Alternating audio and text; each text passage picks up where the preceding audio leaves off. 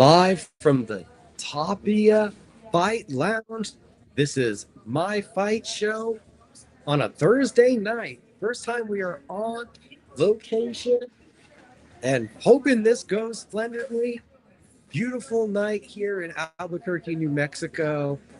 And we got a special treat for you guys here from the Fight Lounge as sparring will be going on tonight. Gonna see Josh PitBull Torres. We got Yoruba Moreu Jr. Both gonna be putting a little bit of their skills on display. Yoruba Moreu Jr., Josh PitBull Torres, both gonna be joining us for interviews this evening.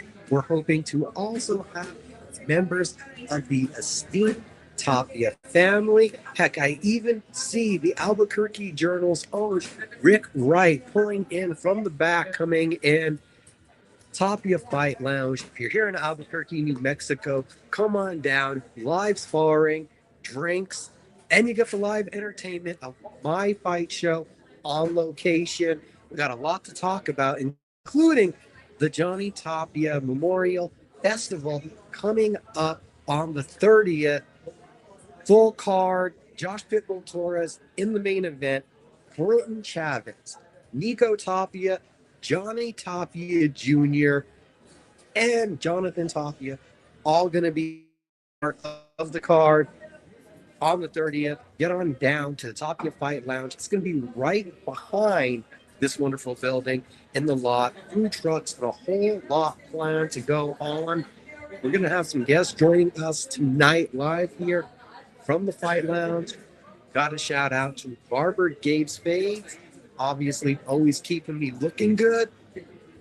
The Beard Bomb, the new Velvet Noir is out from Barber's R Us. BarberGabeSpades.net is how you book your appointment.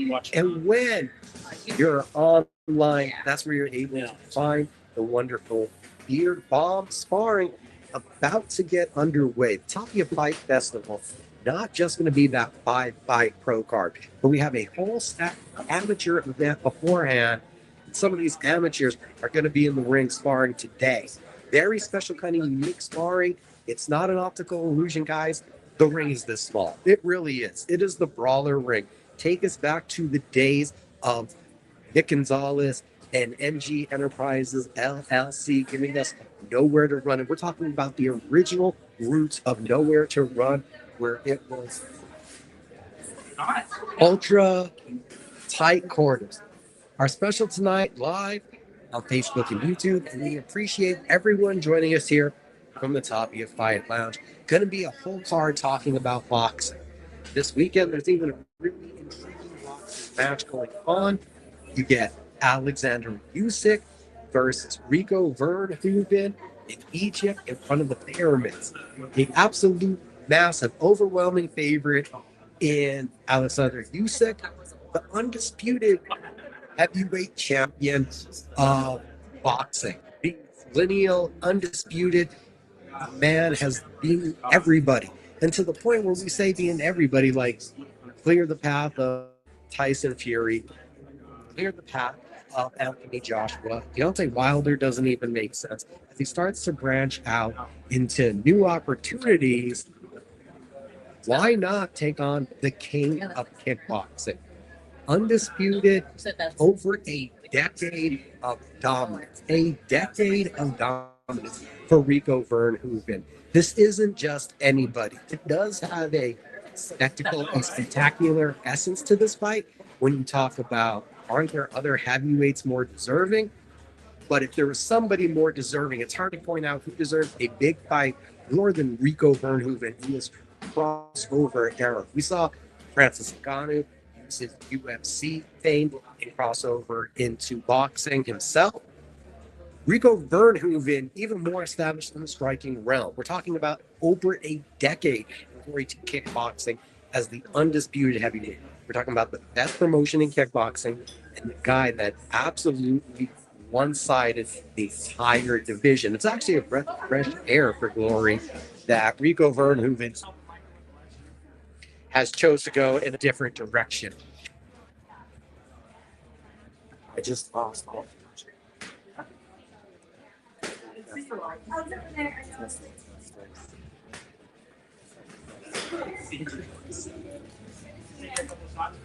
I lost all connection, I think. Audio.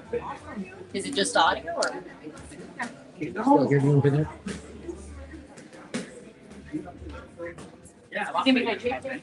Testing, testing. You guys still able to hear me out here? You're behind.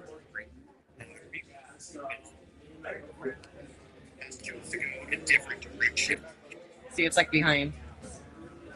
Now we're at the point where you're saying you lost connection, but like, see, it's like a minute behind.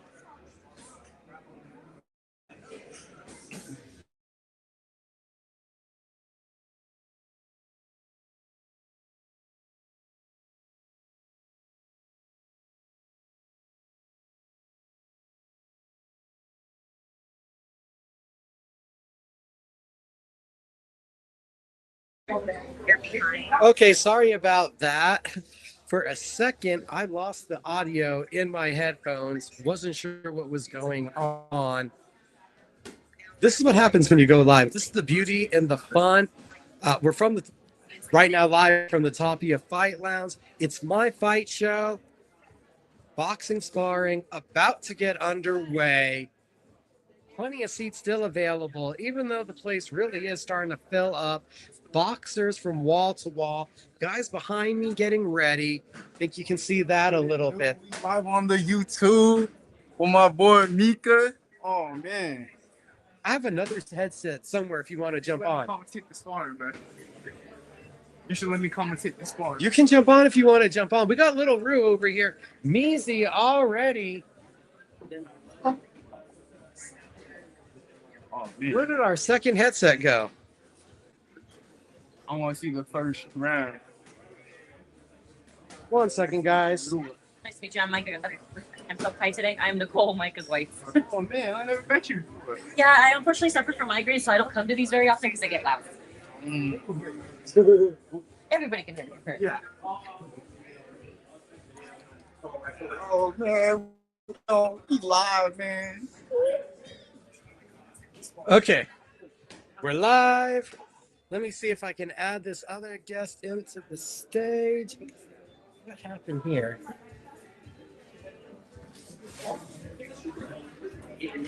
We have Yoruba Moreu Jr. joining us. I thought I was going to have him on this bottom screen, but we'll take him right here next to us. How you doing today, sir? Man, doing good for the last man. You already know. You were recently out in Vegas, had a lot of big eyes looking at you. How did that feel? Man, you know, it was cool, man. I love when the eyes on me, especially, you know, it's not any regular type of eyes. You know, we had but top of the top coaches, top fighters, high prospects. You know, everyone in that mode, you know, was tuned in. When there's a moment where they contact you and you hear that you're getting to go out for such a prestigious camp, it's almost like the NBA Summit or the NFL Combine. You get to go out for like the same thing. What did that feel like getting just that first call?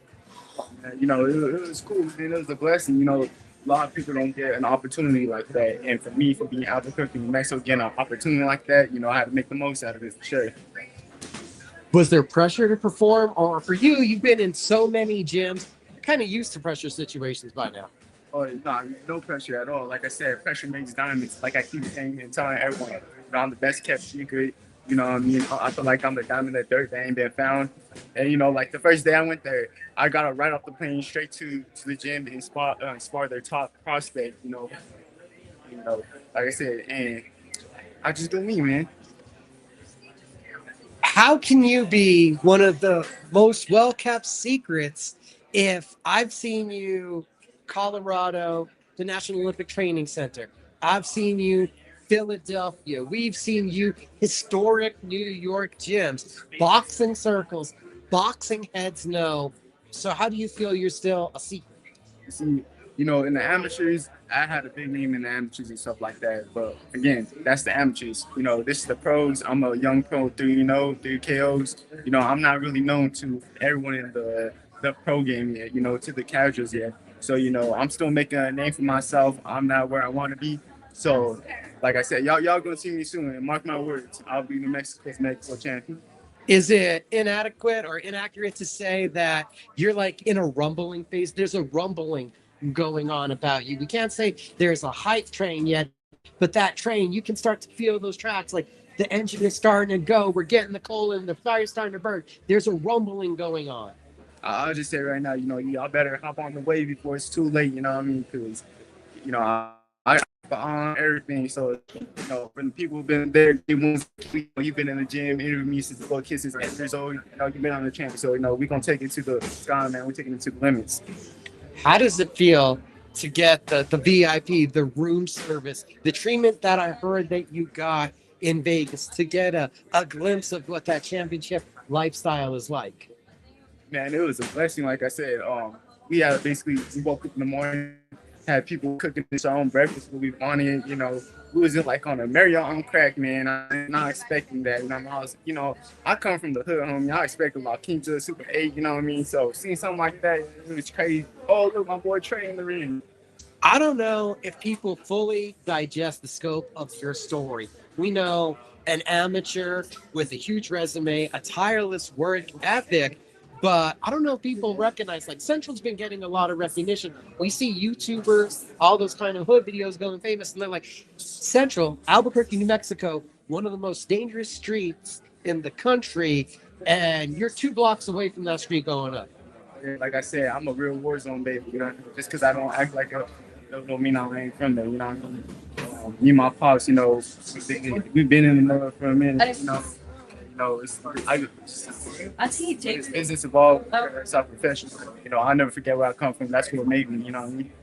Having seen those struggles, those hardships, literally being able to observe them out your front door, like, how does that motivate you? Or it motivates me a lot.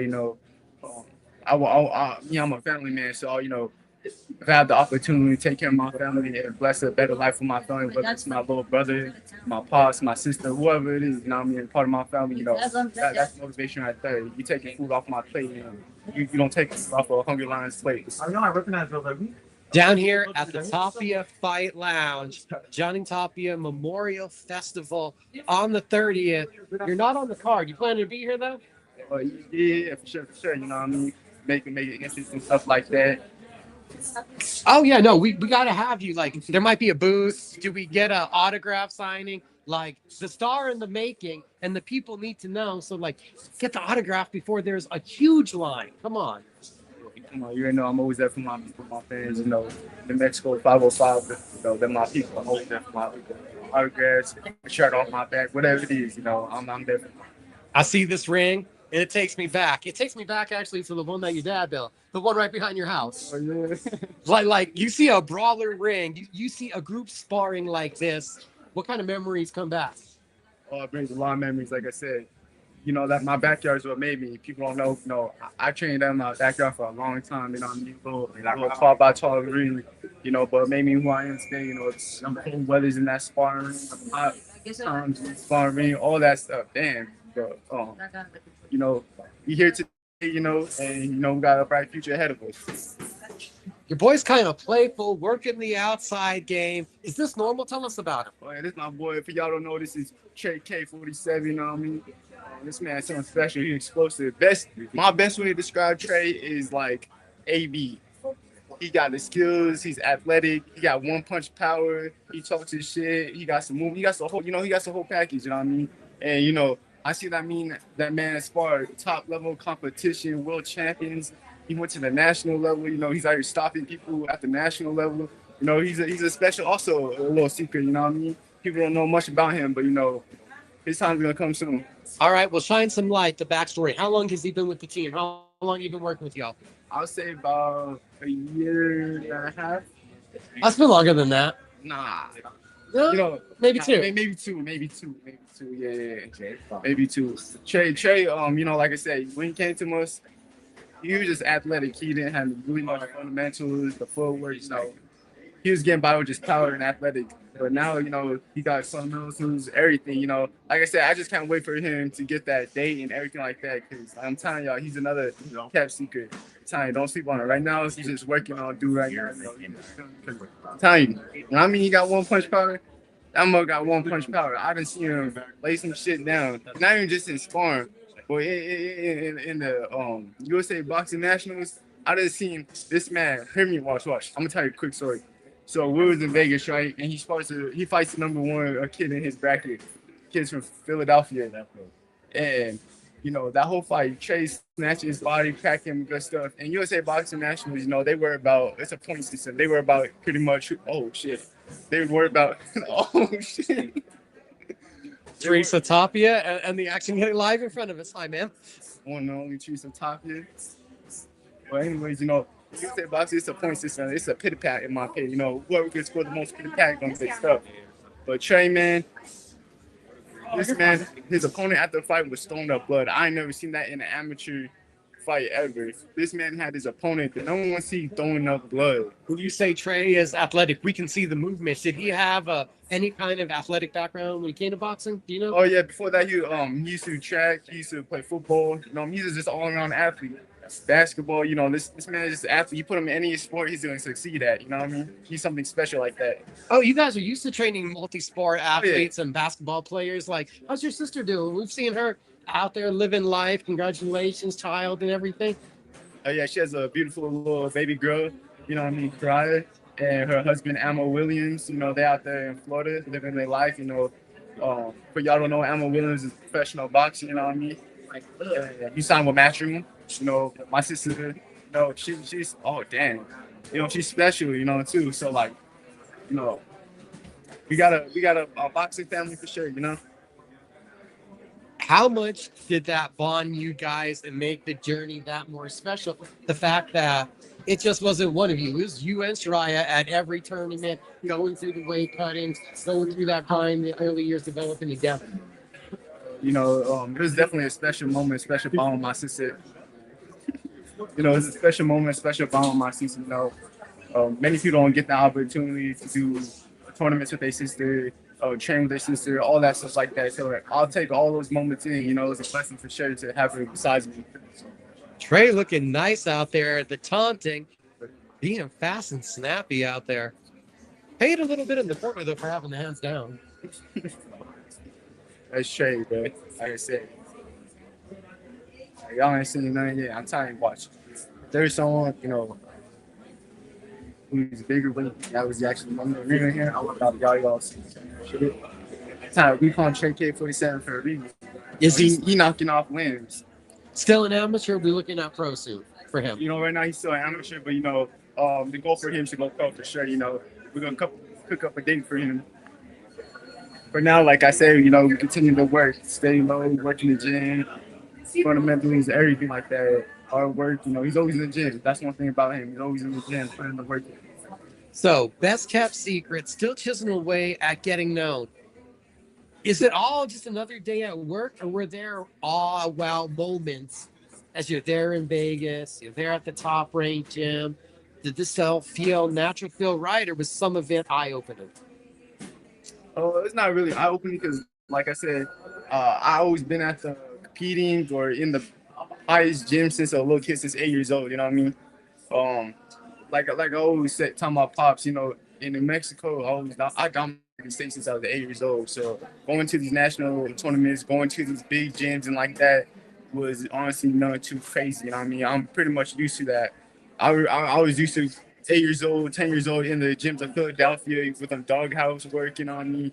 Going to Cali, going to Vegas, Arizona, like I'm New York, all them places, you know what I mean? So I'm pretty much used to it. Ain't nothing too crazy, you know what I mean? Was there a point in time you're young, you're going to all these places? Were you ever starstruck by meeting any of these big time guys? Because I know if you're not in the amateur boxing system, you can all of a sudden, you know, a couple years ago, I just met Fernando Vargas and I'm like, oh, I didn't know that just happened at amateur tournaments. No, yeah, it's crazy. Actually, the first time I ever met like a pro fighter that was on TV was Fernando Vargas, and I was 9 years old at Silver Glove Regionals in California. Yeah, that was the first time. But I still get a little starstruck. I ain't gonna lie. seeing certain fighters on TV and meeting them, and they're watching you, like giving you feedback, or like, damn, you special, bro, or like, damn, you got some real skills. They're like, where you from? You know what I mean? Having people like that I watch, or coaches too, you know, it's dope too. You know, because at the end of the day, you know, I'm a student of the game. I love watching these top fighters and top pros, and for them giving me feedback, or saying I got some crazy skills and all that stuff. You know, it's crazy. You know what I mean? You started under Johnny Tapia like that long ago. I don't know if people understand that Lil Meezy was that. Did you understand back at that time, like that there was a legendary world champion giving you feedback, or did that take time to later understand? Whoa, that was special. At the moment, I ain't gonna lie, you know, I was a little kid. I was like, you know what? I knew he was that guy, but I didn't know he was that guy until I got older. You know what I mean? Then I started even more appreciating the moments I was learning behind him, and soaking up all that stuff. And like I said, I knew his family for a very long time. I knew Teresa, Nico, Johnny, all of them ever. You know, that's my boy. So I knew all of them for a good minute. And it's crazy. You know, the more you get older, like, damn, this man was a legend. He's really the reason I'm a southpaw. You know, he dropped these gems not just to me but to my pops. So like, it's crazy. You know what I mean? Soaking up now is even more mind blowing. Johnny Tapia, the Memorial Fight Festival, going to be right here at the corner of Candelaria and 12th, where you find Leo's and the Tapia Fight Lounge. You're going to have food trucks, amateur fights. It's going to be a whole festival celebrating Johnny Tapia and one of the true champions. Now, we've seen guys like Angelo Leo recently, Brian Mendoza. These are guys that you got much more recent, real memories of being in the gym around. What it means to see those guys hit the levels of success that they have. No, it's dope because, you know what I mean? They like big bros, you know, they dropping gems to me. You know, they paving the road for us, you know what I mean? The next generation and stuff like that. So having people like that doing that for us, you know, that's dope. That speaks a lot of words and a lot about the person. What has been, you think, the biggest like impact to you from the local boxing scene? Because you've got to have big brothers and mentors for many years. I've definitely seen looking at all the local scene, all the local talent coming up. You know what I mean? New Mexico. One thing about New Mexico, we have fighters, man, and we got hidden talent, a bunch of hidden talent over the state. Whether it's the males, the females, you know, we got talent out here, and I just can't wait for the right time and the right spotlight for this city and state to, you know, get the exposure it deserves. Man, when we had Top Ring Boxing, Angelo wins the world title here, knockout of the year.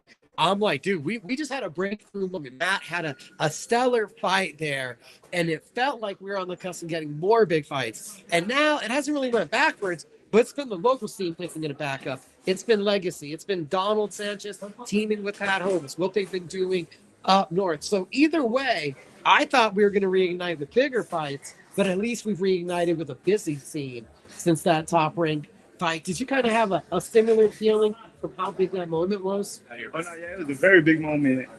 Hey, shout out to Top Ring too for giving me and my peeps some seats for that fight. You know what I mean? But nah, yeah, I see it. You know, New Mexico boxing, you know, and the pro scene is growing, man. It's growing a lot. You know, that's all I can say right now. Oh, who coming out Lobo? He on track. Oh yeah, you better watch out. We promised Rue the commentary, so get to it. We'll give a minute. Let's do it. Yeah, we want. Ooh, that left hook. See him, bing bop boom. Oh, he better take that hand up. He better take a note, Bob. See, we got the Rue exclusive cam and the side cam. I'm not sure if one of them's treason or not. But we give you live commentary right now. You know what I mean? We got Trey. Ooh, this guy's coming out with some heat. Boom, boom, boom. Bad left, caught your boy. Straight, right on the back foot. Got to turn the angle.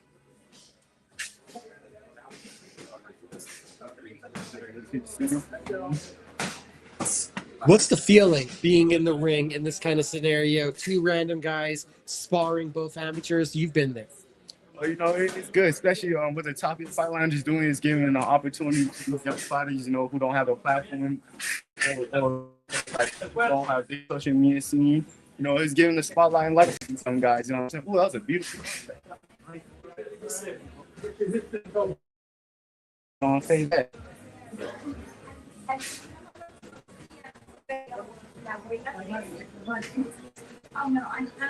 This weekend, Usyk, Nico Bernhoeven in front of the.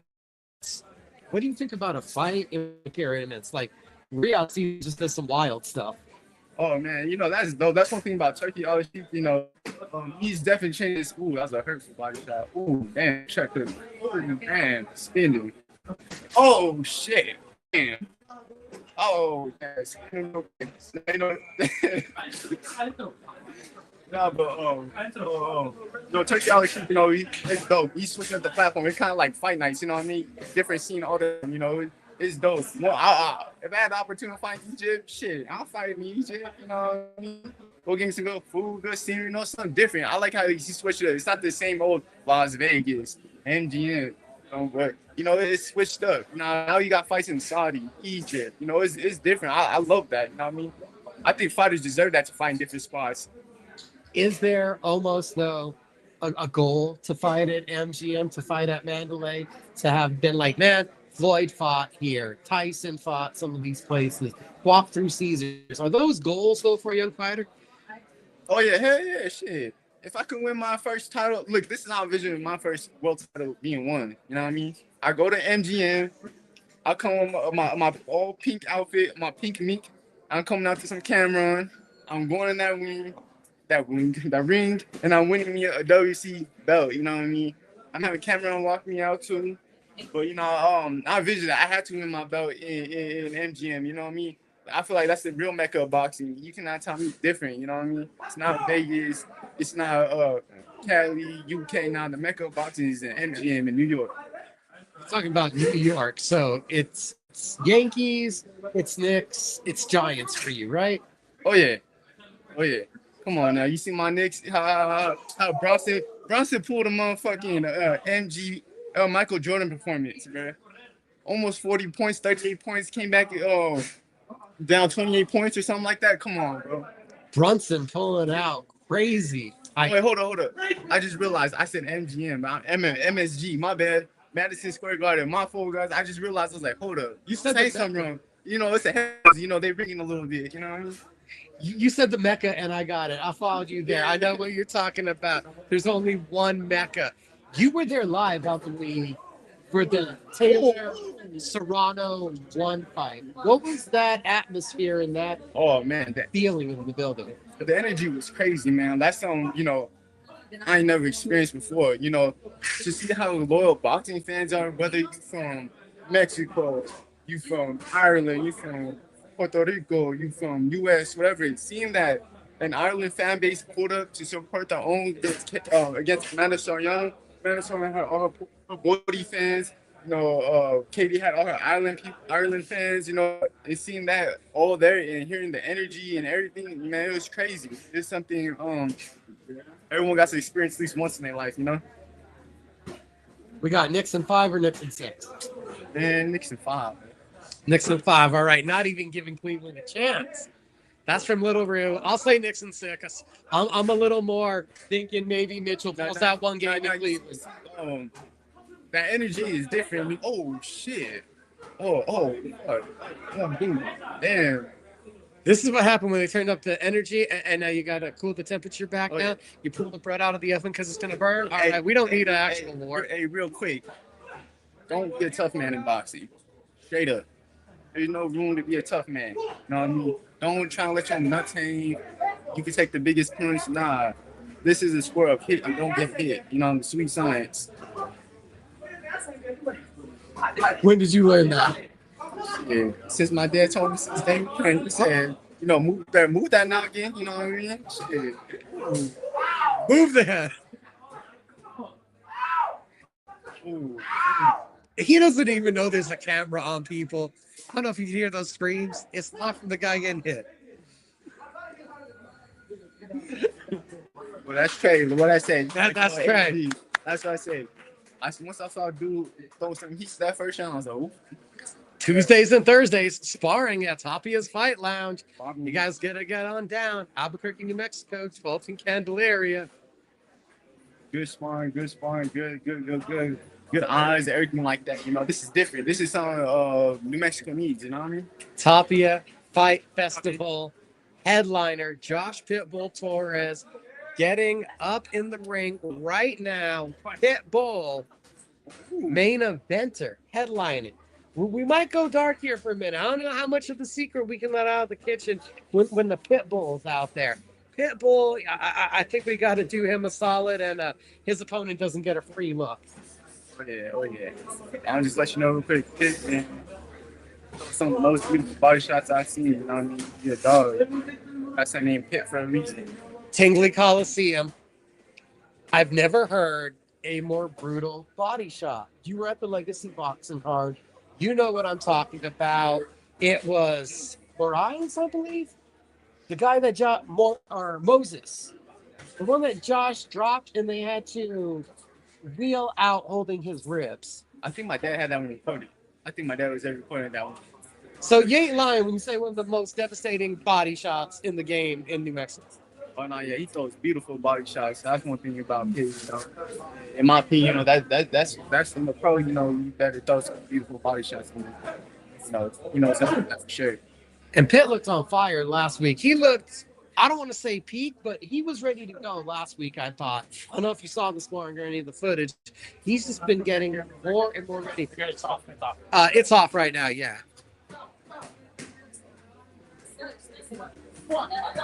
Hi to Simon Feck. Thanks for tuning in tonight. We are live at the Tapia Fight Lounge in Albuquerque, New Mexico. Shout out to Robbie Ray Images. We will have some photos up from sparring and from what's going on around the Fight Lounge here in the next couple of days up on the Robbie Ray and the Cage Minds social media.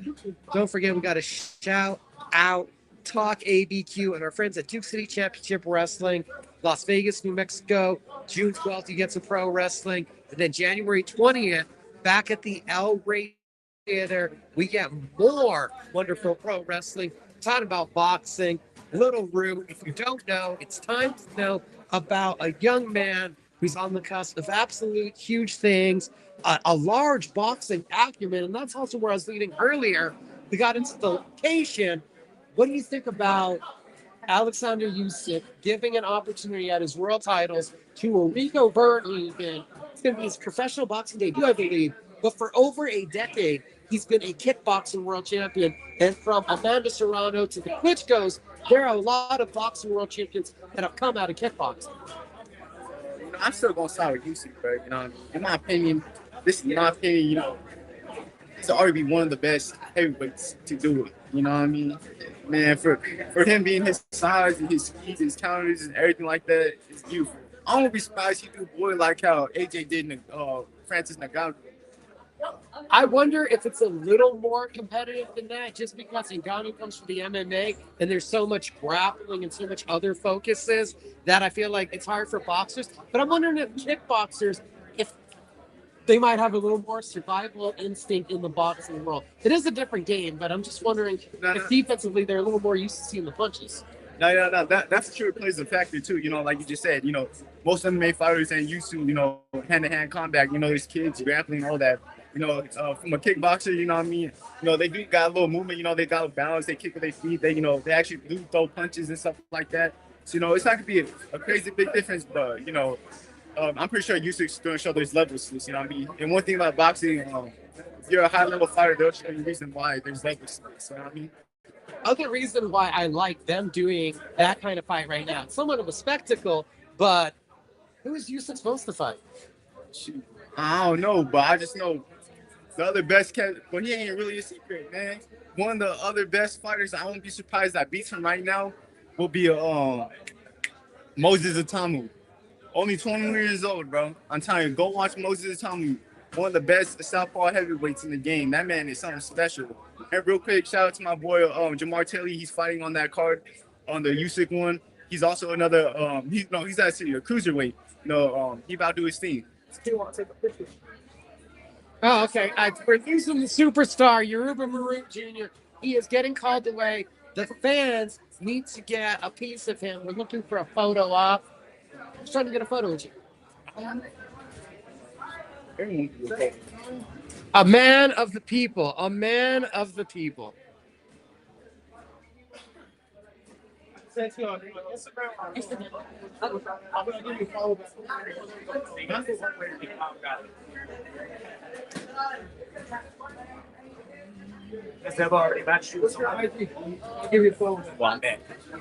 Back with us, we got Josh PitBull Torres in the ring. I've threatened some of the matchmakers who have been putting together the Tapia Memorial event to be brought over here. We might get a word for them to talk about the card that you can see right here from this venue on the 30th.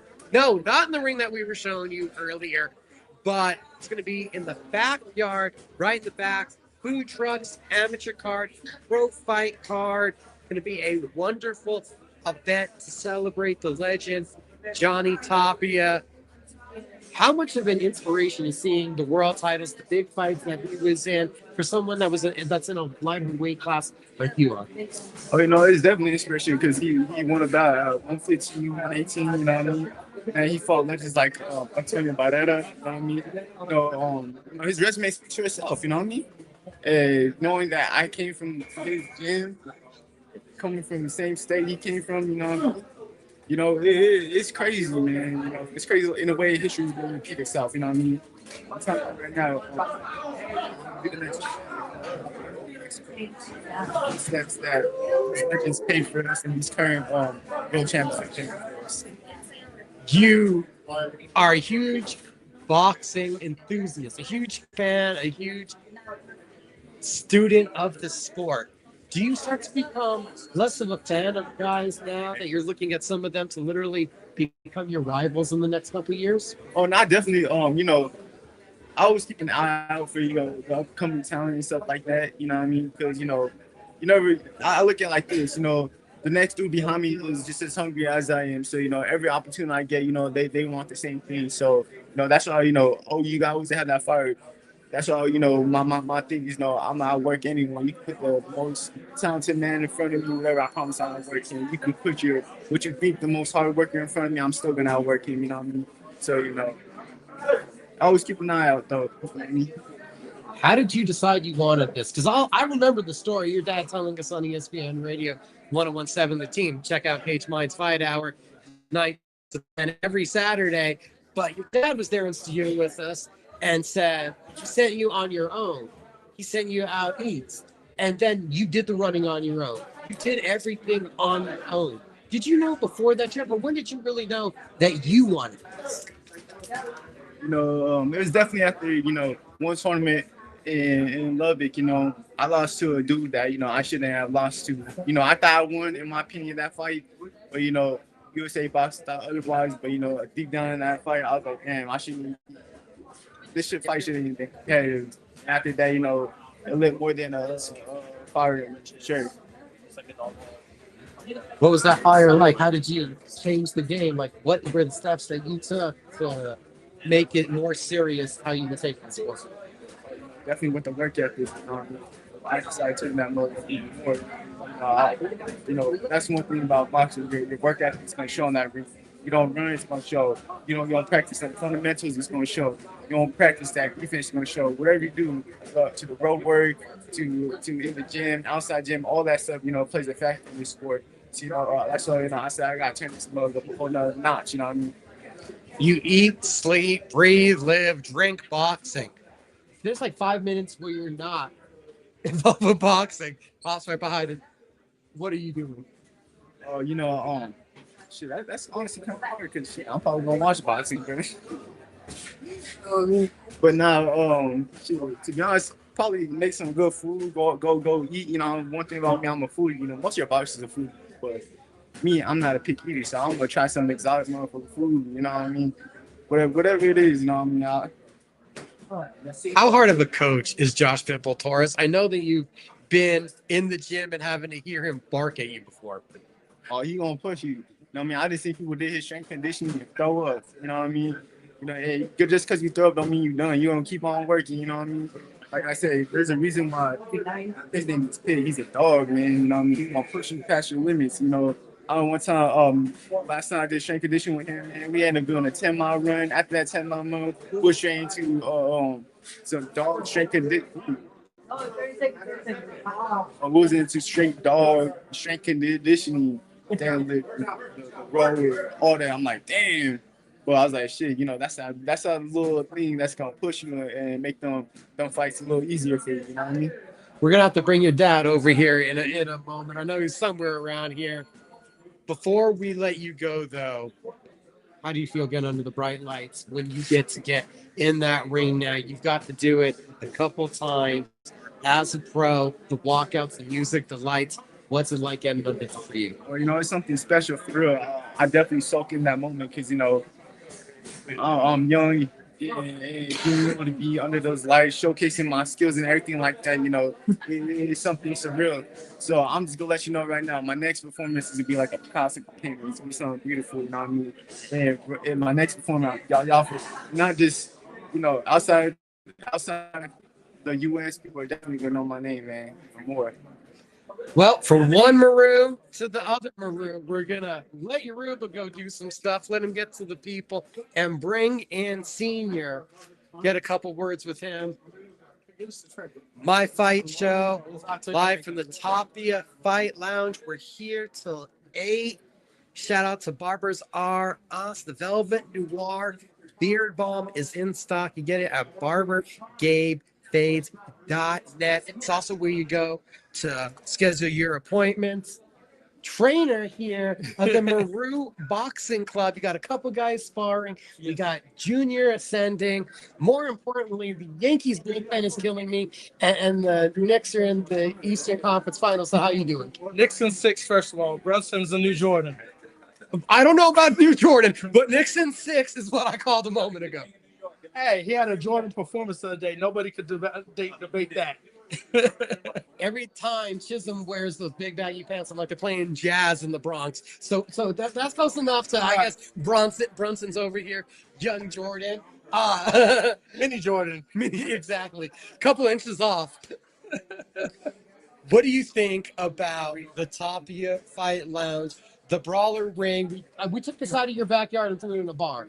I love it. I love the idea. This is a great idea. You know, I love that they stream it. People are getting prepared for the next level to competing, either amateur or pro, because the cameras are there. There's a crowd in front of them. Some people don't know how to perform in front of a crowd. So this is a good environment for those guys to be able to get the experience for that next level when they make the jump. Got Josh PitBull Torres still sparring with the fight coming up on the 30th. And then another fight, just like, what, over a month later on July 31st, where Pitt goes for a UBO title. You've known this man for a long time. He can pull those two off. It's a 9-fight win streak. What are you seeing out of this version of Pitt that we've seen these last couple fights, just ripping through guys who miss weight? Well, the biggest thing is activity. In the past, he was not being as active. So now that he has activity in him, he's staying more sharp, fighting on the regular. That's going to definitely big him up. Now, not if he can win, he will win. This will be a 9-fight win streak coming up after July. Now, after that, hopefully, you know, Zufa, one of these promoters, reach out to give him an opportunity on one of their platforms, so that way he can, you know, secure him a nice, you know, payday and get a bout or something. You know what I mean? I'm proud of this brother. That's my little brother to everybody that don't know, not physically little brother, but that's my spiritual brother, you know? I know MMA like few people do. Getting into bare knuckle. I'll give that to you in boxing. So knowing boxing as you do, there's a lot of controversy and nuance with the addition of Zufa. There's parts that say it's bad for business, the machine's going to make more money than the fighters. But then there's also this aspect to me where I've heard of Matthew Diamond Borrego, Josh Pitbull Torres might have talked to Zufa. And I'm like, well, if there's guys like this that aren't getting signed, maybe something does need to change. Well, the thing is Zufa is coming in with the money machine behind him. They got the turkey behind them. He put over $100 million. Paramount's estimates to be worth $25 billion. They got WWF, they got UFC, now they got boxing. Matter of fact, one of the guys that pulled an upset on Zuffa a couple weeks ago, they flew him out to the WWE. I don't know why I said WWF, I'm on the school, but they flew him out to the WWE and brought him into the ring to interview him from all those crowds. So Zuffa has a good platform to where you could be more than just a regular boxer. They got deals with video games, they do merchandising. You know, some of these fighters you're gonna go to Target and see their merchandise, and they don't have to pay their pocket. You know, the way it's set up is they put up the product, they have the warehouses to put up, the fighters get a percentage for life. So there's a lot of good things with the Zuffa. The only thing is they don't get a fight for the belt. People are judging Zuffa based off Dana with UFC, but there's other hands involved. Dana's just the face of Zuffa. Turkey runs Zuffa, so Dana is just a little piece of that puzzle. So the people that are fearing, literally the biggest fear is that we look at the UFC right now, and 16% of profits get paid out to the athletes. Boxing is right now, what is it, something like 70-30 for the athletes in some of the top cases with the Muhammad Ali Act in place? Well, it just depends on the management deal. Some of these managers got these kids on 30%. 10% to their corner, 3% to their trainer. They got to pay taxes. So an average fighter that makes $1 million, when it's said and done, they walk around with about $475. You know what I mean? Out of $1 million. So they're not really getting paid that much for that. Now, one thing with Zuffa is that they're picking up with the sponsorship. They're paying their outfits, paying them for the outfits to wear. They're giving bonuses. They're giving health care packages that was never done. Retirement plans, 401k for fighters. So when the fighters are over, and with their careers over, they're able to have something said and done. You know, a lot of promoters ain't doing that. So there's good things and there's bad things. At the end of the day, if these fighters can get paid and take care of their families and get paid in the process, I'm all for it. So they needed somebody that has a little bit more involved and has possibly already been approached to look at a contract so that we know what Zuffa's looking like and how someone inside the industry is feeling about what they're offering. Talking about inside the industry, we see MVP, their platform, taking over the sponsorship on ESPN. What do you think about what they're doing? I think what they're doing is great. You know what I mean? Especially me as a Puerto Rican, you know what I mean? They're doing a lot. They sign a lot of Puerto Rican fighters. So hopefully make my son get an opportunity on them one day. But, you know, the Netflix is huge. They're doing the MMA on top of that. I thought the card the other day looked spectacular. It looked amazing. What they did is new energy, and I'm all for it. You know, more promoters in the game is a plus. I don't care if it's boxing, bare knuckle, MMA. You know what I mean? Anything that can keep these kids off the streets, give them a living, to beat people up is something I agree with. What drew you to this sport originally? Like, let's get to the root of how Yoruba Senior got to boxing. Well, I've always been raised around boxing. You know what I mean? My father came from Spanish Harlem by way of Puerto Rico. He trained in the gyms where Hector Camacho was at. My Theo was, you know, everybody got that Theo that was a Golden Glove champion, but in his case, he was a Metro runner-up for the Daily Golden Gloves in New York City, and he lost to the referee Joe Cortez's brother, who was a good fighter. So, you know, boxing is always something. My grandfather, when he came from Puerto Rico, he was good friends with Jorge Torres, Carlos Ortiz. These are world champions from Puerto Rico that came out of New York City. Carlos Ortiz was trained by Angelo Dundee and Mike Tyson. You know what I mean? So these are people that are around my family. You know what I mean? So I've always been raised around boxing. And then coming to New Mexico, it's a fighting culture too. I didn't really box too much when I was younger. It was more like just going to the gym, really nothing serious. It's like my kids.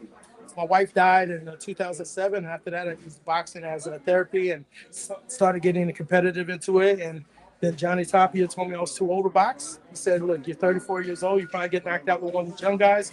You don't got to prove to me that you can fight. Why don't you use the knowledge to teach these kids and get these kids off the streets? And I took the knowledge and took the advice, and here I'm at now. What brought you into the Tapia gym? Because boxing, again, like you said, it's a huge boxing state culture here in New Mexico. Back in that time, I think that there was quite a few programs up and go. What leads you guys to Team Tapia? Well, I left this at that time is my daughter was sparring for the first time. She got in trouble. And when she got in trouble, I put her to spar with Jack Clown Larry, this older girl.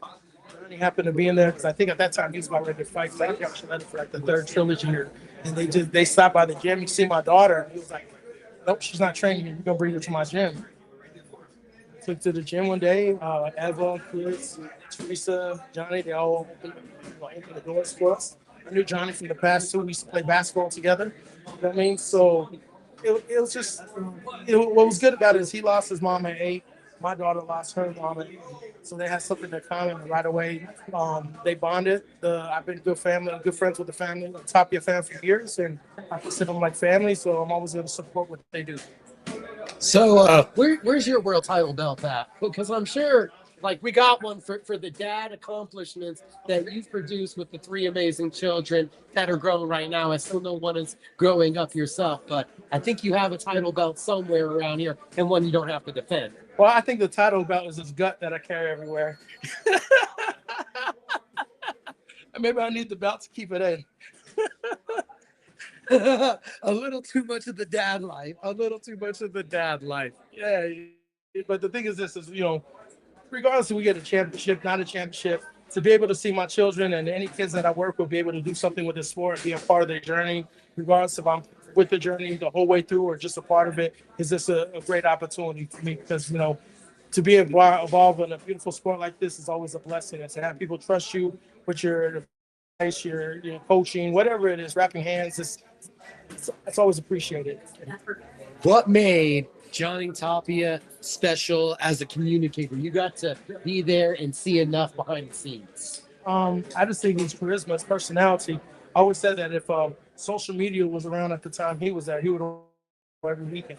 You know what I mean? He was just a big personality, in the corner. Albuquerque, I'm still your champion. The guy would give his shirt off his back to you. You know what I mean? We do a lot of stuff. But usually people that go through the most stuff in life are the most giving.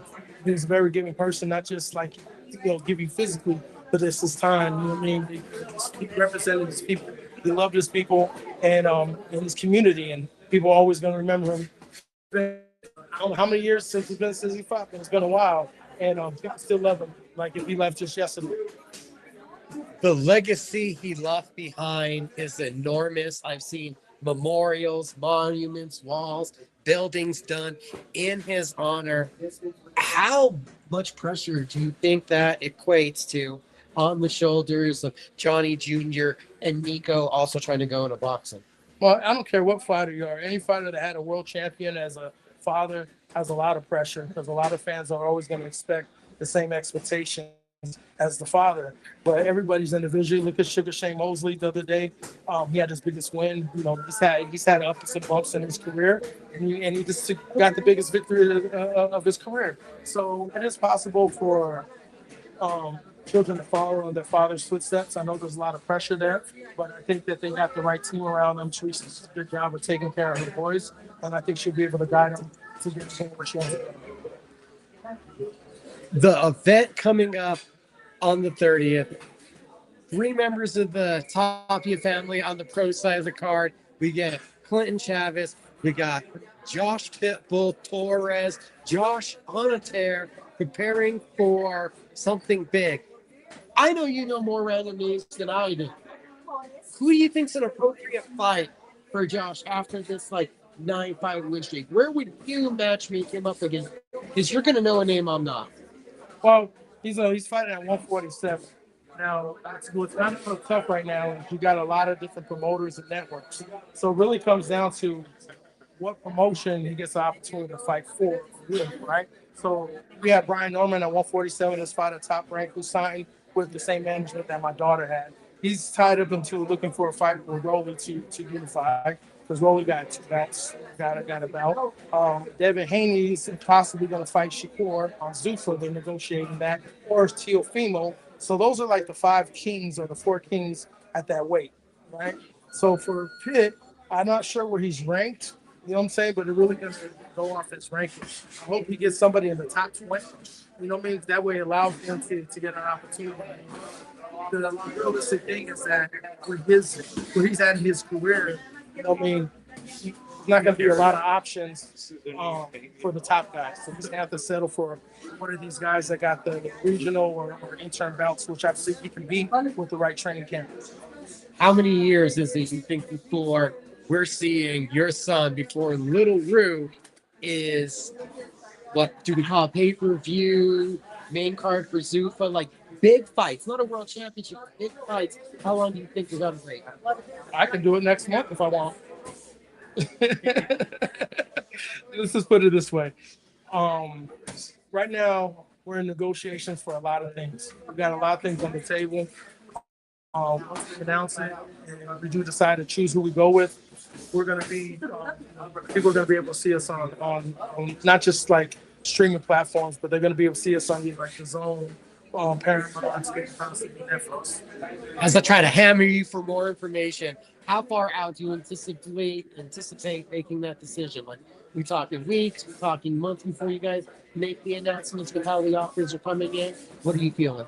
I'm feeling it's gonna take a little bit of time, and the reason why is this is, when you're dealing with multiple promotional companies, you're dealing with multiple people, multiple hands, multiple investors, boards, chairman, budgets of the promotion company. There's a lot to the business that people don't realize. And at the same time, we want to make sure that we secure the right thing for my son, so that way he could be a full-time boxer, be one of those 1%ers that's able to focus 100% on the sport. So to be able to do that, you can't do that right away. You might have to take 1 or 2 tune-up fights in the meantime just to get the demand higher to require a bigger person. Trey's running out the door after clowning around in sparring. It's great seeing you put on the show. I told everybody was going to put on the show. That's what we came to do. As a coach, how important is it for a young developing fighter to get rounds in a small ring like a brawler ring? I think it's very important. You could develop boxing. A lot of people like to brawl in the small rings, but if you can box in the small ring, you can box in the big ring. This is where most of your skills are put. Like, let's put this, Chris Burr. He was a silver medalist middleweight for the Olympics in 1992. Later became world champion, beating Vitaly Klitschko. Now he grew up in a ring in a basement that was 8x8. And that's some of the best defensive skills you'll probably ever see. So I think it's very good. Plus, in an environment like this, with the lighting, the pressure, the cameras, people, media around, boxing's really mental. So people got to get past that mental spot. You ever hear the saying, the fighters that do good in the gym but don't perform in the fight is because they don't get this type of environment. So this is really good. What is it that built your love about the sport? Is it the family connection? That's the spirituality. Boxing is a very spiritual sport. It's you and that person, and it's whoever's mind is stronger. Your mind's going to control the body to go run, to go work out, to go do whatever. So whoever has a stronger mind is usually going to prevail. There's intelligence involved as well too. So this is like chess, well, physical chess, where there's only 4 corners that you can go, and you can only use your upper half. It's Western martial arts at its finest. Yoruba Senior, I'm sure you got something to do. Thank you for sitting down for a couple of minutes. All the time, anytime. We're live from the Tapia Fight Lounge. I think I see Clinton Chavez around here. We got to get him. He's been promised to be on the show. I even see Rick Wright from the Albuquerque Journal. I don't want to hear that. Yeah. Grab Rick for us. Grab Rick Wright and make him come do an interview. We got Rick Wright we're bringing in for the Albuquerque Journal. I've pestered and sat next to this man for years at many a local boxing events. How do these work? Should be good just putting them on there on your head. How you doing, Rick? I'm doing good, Micah. How about you? I'm doing good. What did you think about coming down this wild environment, the Fight Lounge, and you got live sparring? Been hearing about it. I mean, how does this work? I see that it does. It's Heard about you. going to be a real benefit to a lot of young fighters. It's a benefit to a bar. I just also love the ambiance. You come in here Tuesdays, Thursdays. This is some after work entertainment. Yeah, for sure. May 30th, we get the Johnny Tapia Memorial Fight Festival. We'll both be here for it. Josh PitBull Torres, main event. That could be an 8th win. Just like July, so another 2 months later, back in the ring for a UBO title. You've covered all of his career.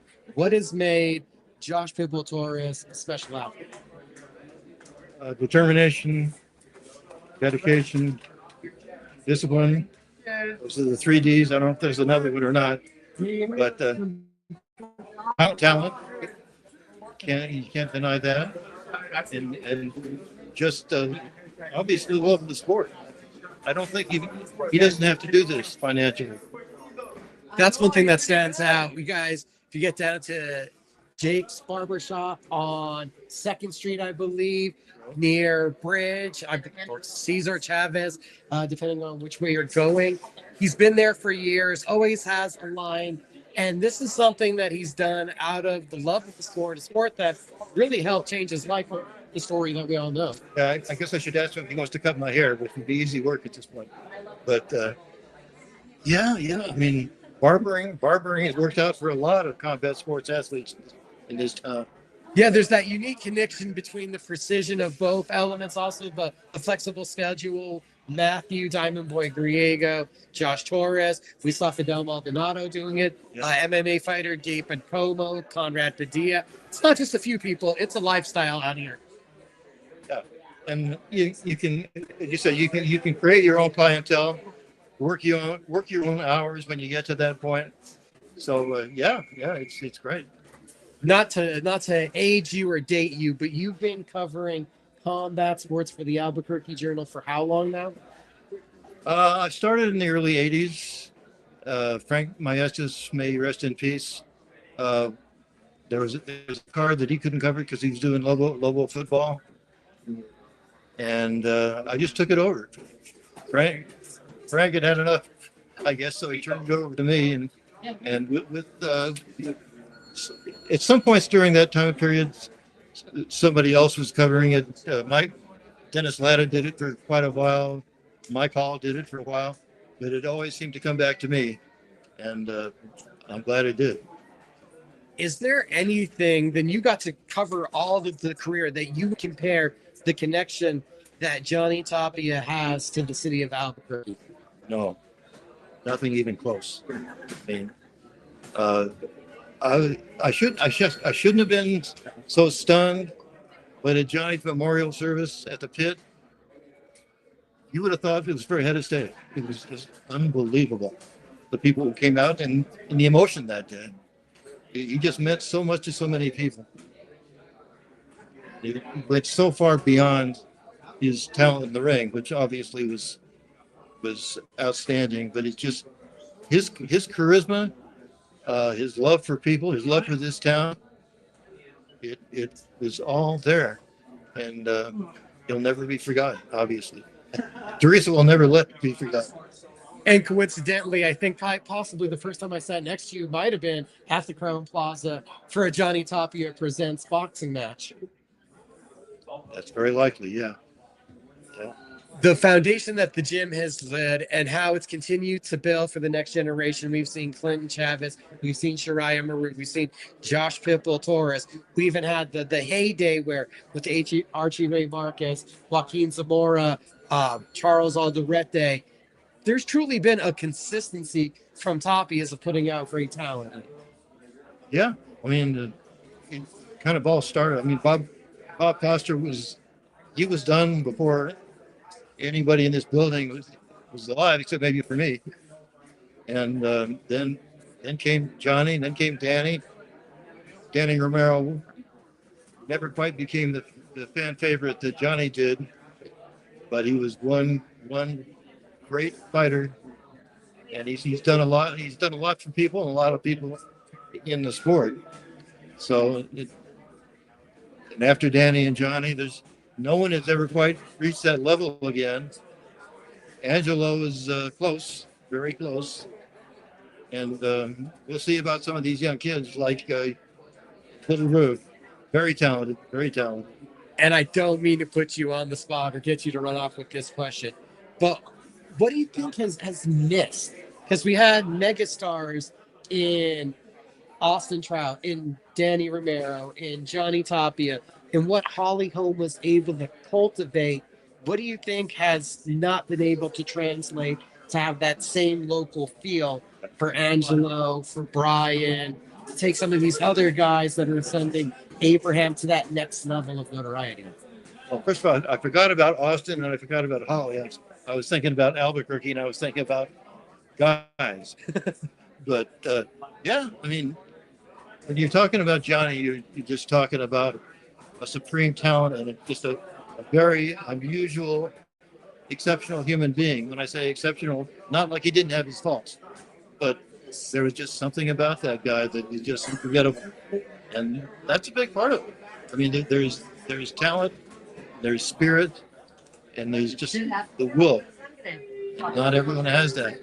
Uh, you mentioned Abraham. I think Abraham is probably the most skilled fighter I've ever seen in East Town. I don't know. He hasn't yet proved that he has the talent that Johnny had or Danny had, but just in terms of his skill level, best thing that happened to him was staying in the amateurs through the Olympic cycle, even though he didn't get that opportunity. His skill level is just through the roof. And I'm very excited to see what he does in this next fight against a former world champion with a lot of experience. It gave me a tingle. I know that we saw the articles come out that he had a world title negotiations going on. They fell apart. We get this announcement. There was a follow-up announcement that Jason was going to be on the card. He's no longer able to be there, but huge fights for Brian Mendoza, huge fights for Angelo Leo, huge fights now for Jason Sanchez and for Abraham Pettis. This truly feels like a great time again in New Mexico boxing. It is. I think there's a level of excitement here that I haven't seen since the Tapia Romero heyday. And you can see there are a lot of people in this room right now that have a lot to do with that. Josh Torres, of course, his dad, Al, Teresa, who just kept the sport alive, kept the spirit alive, and we're seeing the payoff. Really sad what happened to Angelo in Atlanta, but he got paid.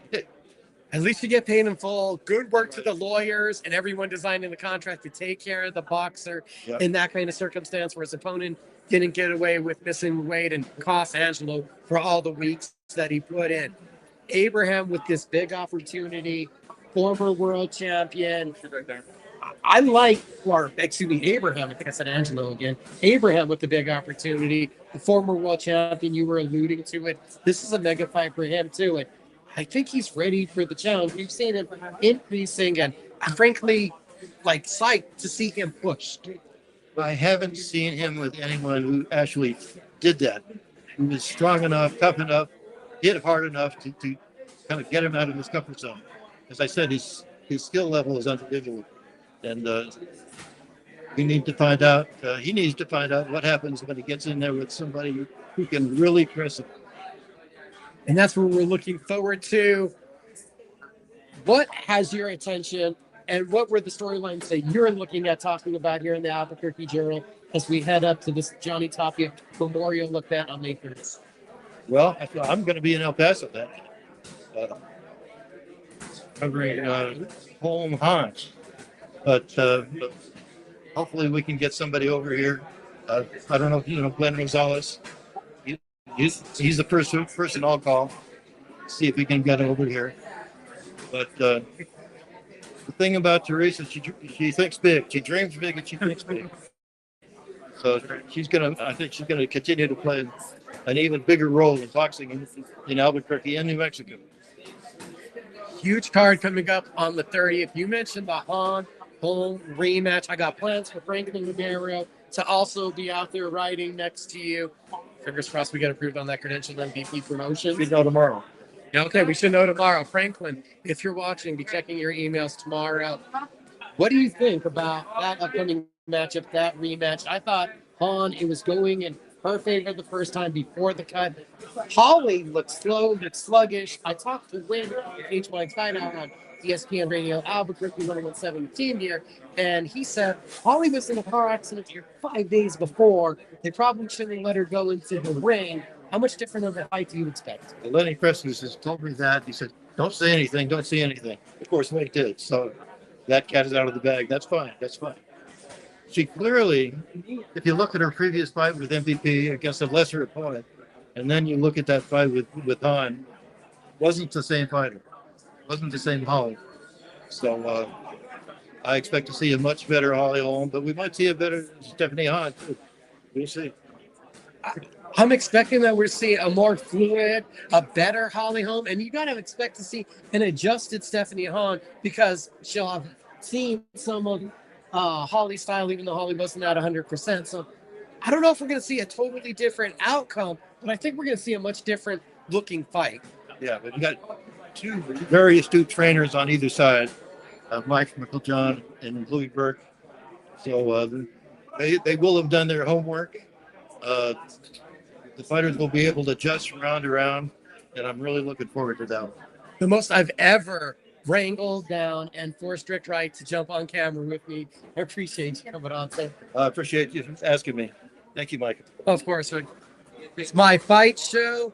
We're live on Facebook and YouTube. We appreciate everybody for joining us. It is My Fight Show. Shout out to Barbers R Us. Barber Gabe Fades. You visit them, of course, at Lobo Plaza here in Albuquerque, New Mexico. We're at the Tapia Fight Lounge. Live sparring in front of me. Fighters warming up behind us. Top prospect, Yoruba Moreu Jr. joined us for like the first 45 minutes. Dragged his dad. Huge New York boxing, New York everything fan, Puerto Rican to the heart, as he was talking a lot of trash and insight into the world of boxing. Johnathan Torres is somewhere around here, and we are going to make sure we get it on.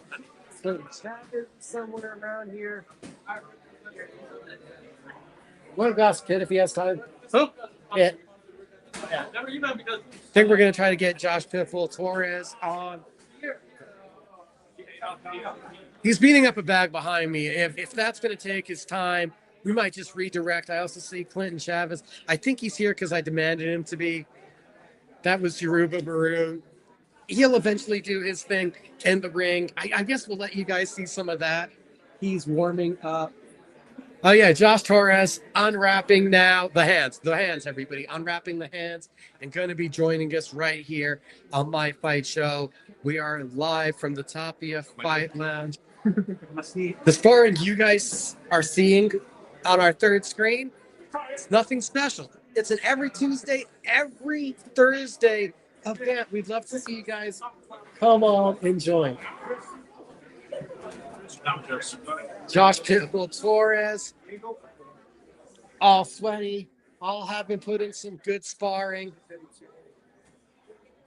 I don't normally talk to you right after sparring, but the last 2 weeks, dude, not to like fluff you up too much, but damn, you look on fire. So we're ready. We're in fight shape, so we're feeling good, 100% ready to go May 30th, and we're excited.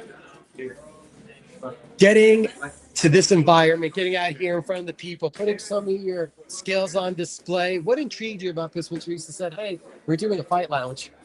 Well, it's almost like having a fight atmosphere because you have people watching, hanging out, lounging at the bar. So anytime you have a crowd, it just adds some extra motivation. When you're in there for sparring, you can feel the energy.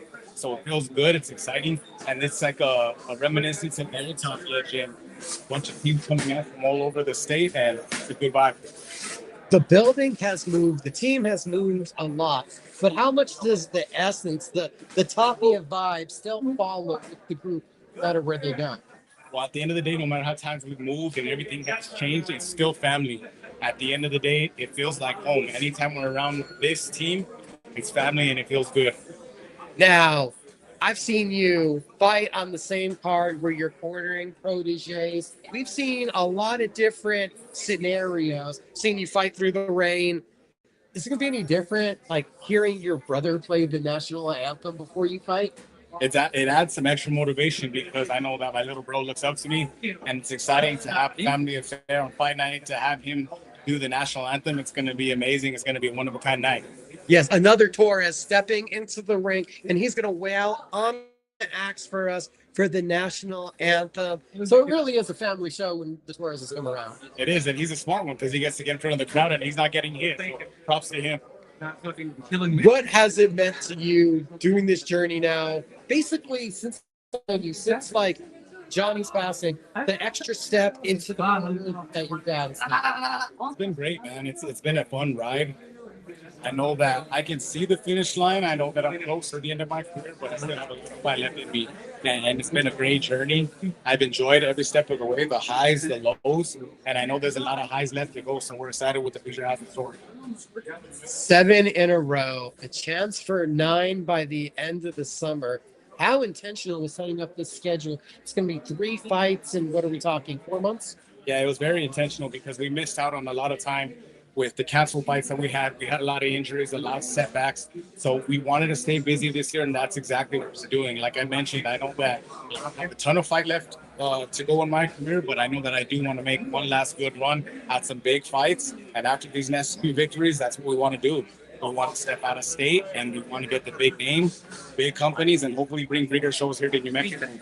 Are we still just thinking about boxing? There was a point where I had you on a radio show and you're like, maybe some dirty boxing, maybe some bare knuckle boxing, or are you just thinking about the gloves right now? Right now, the gloves, because I know there's a lot of things that we can still do in the sport of boxing, but eventually I would like to step out of the ring and on some other things. There's a lot of possibilities. The Team Combat League has hit me up as well to go do that. One round fights is fun too. So, I mean, there's a lot of options. Like I said, I still have a lot of fight left in me. I feel young, I feel good, and excited for the future. Young, excited for the future still. You've been doing this though for a while. How does it feel like you've seen a couple cycles almost of the New Mexico fight scene? Oh, absolutely. You can say that I've been through at least 3 generations of fighter, if not more. We had the old school guys, my era, the new generation that was coming up, and now this whole new era of prospects. So, like I mentioned earlier, it's been a great ride, and I'm just blessed and honored to be a part of it. What a lot of people don't know is I've never had really a manager or a team behind me to help guide me and take the right kind of fights. I've just dogged it out and done everything basically on my own, aside from local promoters like Tapia Promotions, Legacy Promotions, Chavez Promotions, people like them that have helped me locally. But as far as having the kind of career that I've had so far, it's unheard of, because I already have 38 professional fights and a lot more to go. So I think it says a lot. With what's ahead of you, just looking at the record wise, I kind of feel like the next 2 opponents, interchangeable guys, no matter which fight you were having, whether it was for the UBO or if it was here for the Johnny Tapia Memorial Festival. I feel like both guys are kind of interchangeable. They are kind of similar. Even when I kind of look at the box right now, I get a little mixed up between the two. Like, who are you fighting in the 30th? Who are you fighting for the title? I'm like, I have to go back and look because it's kind of confusing. But in all honesty, it didn't matter who they put in front of me. We're going to steamroll through whoever they put in front of us. We have a lot of momentum. We feel really strong. And like we mentioned, this is going to be 9 in a row for me. And right now, I'm actually 14-1 in my last 15 fights. We have a lot of momentum on our side, and even the one loss was during COVID. It was a fluke fight for me. I just wasn't myself. Fought in the bubble, things like that. So aside from that fight, we have a lot of steam rolling. We gotta keep in the movie. How much is the ebb and flow of confidence in the sport that you participate in? Oh man, like I told you, I feel unstoppable. I'm gonna anybody they put in front of me. So after these next 2 fights, like I said, we want to go out and take some big fights and make some noise out of state. Big noise out of state. I've heard even rumblings of Zuffa boxing possibility. So you're wide open for anything that's an opportunity. Absolutely. Super boxing, top rank. If we can get on national, I want to take on a big marquee name, pull off a big upset, because I'm going to come in as the underdog, because I'm always going to come in as the B-side at state. So I think it's just we're one fight away from one upset that can change the whole momentum of my career. And I know. How do you remain a welterweight? I was talking to a couple other trainers in here. We're talking about guys that have moved up in weight throughout the years, and then we looked at you. I mean, dedication, man. I'm really a hard worker. I focus on my craft. I don't drink. I don't party after my fights. I've been sober for the past 13 years, so I think that has a lot to do with it. And just, I mean, being mentally strong. I think that's what it takes to be able to maintain that weight. I played with the weights in the last couple of fights, but it wasn't for me. I tried 154, and I think it was a little bit too easy to make. So I'm back to 147 these next 2 fights, and we feel good. How did we get to sobriety? Was that like a meaningful or necessary change, or what was that? Yeah, so just to make a long story short, for my wife's 21st birthday, that was the last time that I got, plastered drunk. And I made a fool of myself at the casino. I was trying to fight people. They had to get me out of there, will me out of there, keep me out of the casino. So it was a real eye-opener that I can't be acting like that in public. I'm a public figure, and I need to hold myself to a higher standard. So I bit down. I gave it up cold turkey, and I never looked back.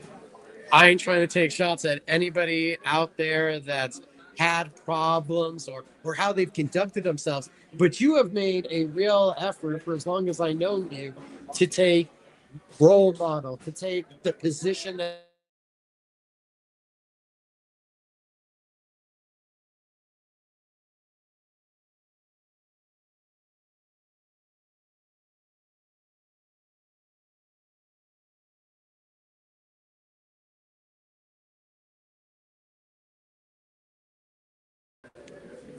hopefully you guys didn't lose all of that great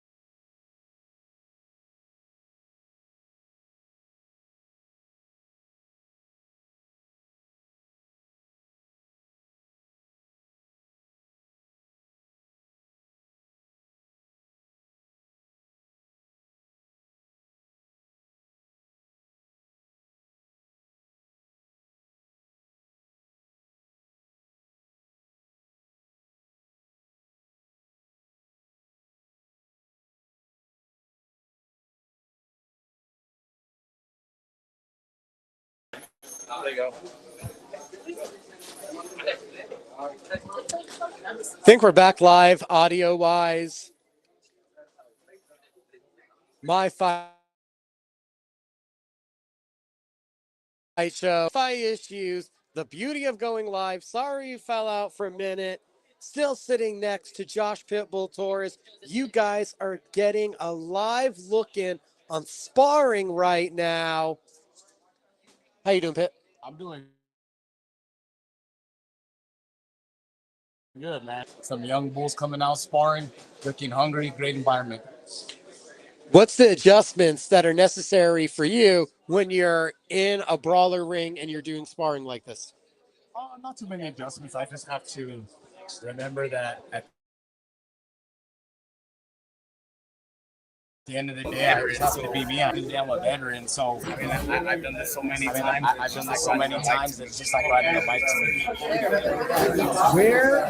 Where do you think the love for boxing for yourself comes from? I wouldn't say it was a love for boxing. I'm going to say that it was a love for fighting, because when I started my career when I was a teenager, I was a street fighter. And I had a best friend, Vince Littleman Airport. I was a boxer. He just dragged me to the gym. And then I found out that I can fight, not get trouble. So that's when I got into the sport, but it began with fighting. It began with fighting. So how much do you feel That's still the roots of what you're doing? Is it fighting, or have you become more still the roots? Have you become more of a... I think a little bit of both. At the end of the day, when I have to dig deep on fighting, I have to dig deep on fighting mentality where I have to lie down on my mouth, where I have to lie down on my mouth. Saw me sparring earlier. I'm sparring a heavyweight, and the guy moves like a middleweight, so it's hard work. I have to lie down, and sometimes I just have to become the fighter that I've always been. Playing chess in there, and I have to win. Josh PitBull Torres, main eventer, has put the Albuquerque, New Mexico boxing scene on your back for a long time. I know it's special every time you fight, but Johnny Tapia Memorial. Does that hit different? It really does, because it just reminds me so much of when he was in my corner. So I always remember that energy that I felt when I was on my corner. That I felt when he was on my bring that on my corner. So I'm going to bring that on fight night at 8:30, and I'm going to feel that energy, and we're excited. You knew the man, not just the coach, the fighter, but you knew the man. Johnathan, what was that you learned from him? loved the game. He told me, don't look at it like a profession. Don't look at it like a profession. Don't look at it like a job. Do it because you love it. And that's really when I flipped that switch and I became serious about my 100% dedicated. 100% dedicated, like you're asking me about the weight and things like that. I had a lot of setbacks and a lot of things that I wasn't dedicated with. Because I had a lot of setbacks and a lot of things I wasn't instilled that in me to just be 100% dedicated, and that's what I've done ever since. I think I'm lucky. Man, I think I'm lucky. I walked into knowing that version of Josh. I've seen The very first boxing. the very first boxing event I covered event. live. I sent you a poster a long time ago. Like, wow, we've been through I this for a covered while. live, but someone. Yeah, we really have. And like I said earlier, it's been a fun ride. And just to think that there's so much more left in the future. Who knows what's in store? So we're excited. When you start to build the home gym, you have the team. What do you assess as the goals are for building and I just really want to give getting people an outlet. accomplished? Because I just want to give people an outlet. It's something that was an outlet for me. Like I mentioned, I love fighting. I always love getting into scraps, and I found boxing was simple into it. So I just want to help anybody else that has struggled with anger issues, any kind of things like that outside of the ring. And do something positive with their life. Because boxing really did give me life. And it like gave me purpose. And like you mentioned, I built the boxing gym inside my home. I've given my whole life to boxing, and it's given me so much to return. When you commit to boxing, did you experience that in your wildest dreams? wildest dreams that this relationship lasted? I never had a passion for this because I was always super to myself, super quiet, shy. I would never want to be in the spotlight. So the fact that I can go into Walmart, anywhere in the city and get recognized, people come up to me like, hey, what's up? anywhere in the city, it's really cool and it's surreal. And like I said, I never would imagine this. push yourself and you work hard and you educate yourself that anything's possible. Does being a barber almost help you with being a celebrity? You're used to just interacting with the community, interacting with new people all the time. Oh, 100%. Yeah, they go hand in hand. Because to be a barber, you have to be a people person. And if you want to be a successful athlete, you have to be a people person as well. You have to have people like you. So I think they definitely back off of the careers. It's been a great thing. We're going to check the audio. Is it good, guys? We'll check on that in just a moment. We're going to continue our conversation. We do have somebody looking into the audio. Live from the Tapia Lounge. Sitting alongside Josh PitBull, Torres. Big event coming up. Trucks, Torres. Pro fights. A couple weeks later. Do you already plan to build in a couple days off with the back-to-back camps, or how do you approach 2 fights in such a short amount of time? They asked me that earlier, and I have to really go and look at the calendar. Hopefully, I can take a couple weeks off to relax a little bit with the family. But it's we're starting Tapia on the UBO title at the end of July. So we're going to be busy, but we're excited to stay busy and keep that momentum rolling. Is there a number of weeks at this point that you like to have for preparation? Not so much because we're in shape. We're just going to keep the momentum.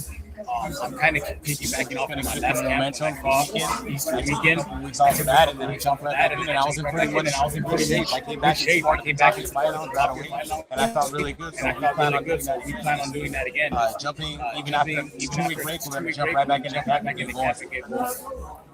Your son, you've always had juju around you. Your son, you've always had, as long as I've been around, his interest trained another way. In the recent months, I've been hearing him following in footsteps. How do you take that as a son who was interested in basketball, football, which almost made you prefer, and then saying, hey, Dad, football, which I want to do what you're doing? It's definitely bittersweet because it's something that I never wanted to push on him, but now that he's getting older and he's gaining interest on his own, it's kind of exciting because at the end of the day, it's always been my passion. If he wants to share that passion with me, I'm more than excited to let him get in there. Share that passion, become part of the journey. This has meant so much in the world to you, it seems like, and it's been life-changing having your friends pull you into the gym. Absolutely. It's really just giving me life, it's giving me purpose, and it's been a blessing. And I'm just excited to have met so many purpose great people. And it's been a career, seen some great places, been all over the world, fought at the Madison Square Garden. I mean, I literally had like a movie life, and I'm very blessed and honored to have lived it. Oh, so are we writing a script? I think so, man. All right. PitBull, the Josh Torres story could be in the works. All right. Stay tuned. Back-to-back fights. UBO. Adding another title to your resume. Another belt to add to the house. What would that mean to you? It means a lot because even though they're minor belts, they still mean a lot to my people and to my fans. And when I go back and I find them, sometimes just throw them in the closet sometimes because at the end of the day, life happens, right? And sometimes we get lost in the moment, but I can always go back and see those and remember, I worked pretty hard for that. And there's not a lot of people that can say that they've won every title as a professional. So it's definitely an honor and a blessing. Yoruba Moreu Jr. in there sparring. You've been in his corner. You've been in his ear before. What has made this young man special as he's progressed?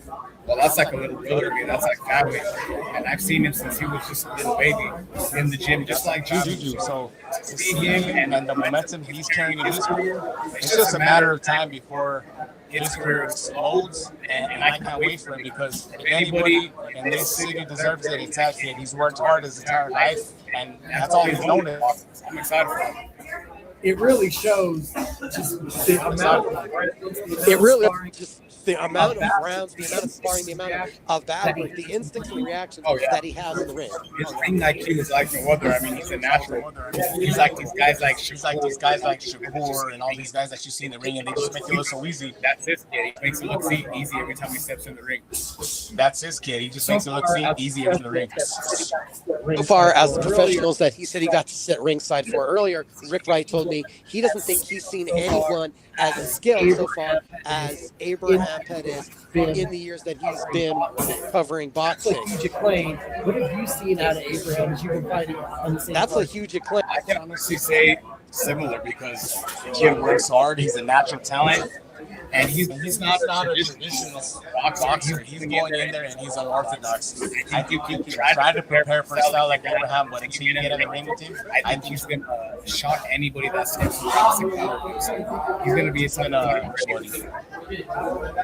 When you hear that he's getting these looks, what do you see the emotion out of him? Because you get a different reaction in the media and then the coaches. But you hear about these big contract negotiations, the people that are looking. What has that been like for him emotionally? I can only imagine that it's what is that coaster of emotions, right? I mean, this is what we work for. We start in little venues similar to this, starting off our careers, and then to know that we have big promoters and big companies looking into us, giving us world title opportunities. It's exciting, and it gives me hope that if I can keep winning and staying on the winning side, that hopefully.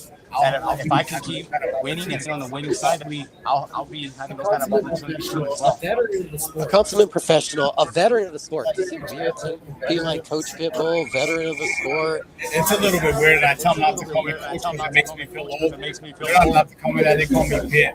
But I mean, it's exciting. Not to call me that, they call me Pit. But, I mean, it's exciting. I'm rolling with it. I put on many hats. The New Mexico boxing scene, it's truly right now a great time between what's going on with Johnathan's promotions, teaming with Pat Holmes. I heard that do some shows again. I know that Richard Castillo is going to have huge news for us here sooner or later. It's truly a great time for the fight scene to see it all coming together, and it looks like big things ahead for PitBull.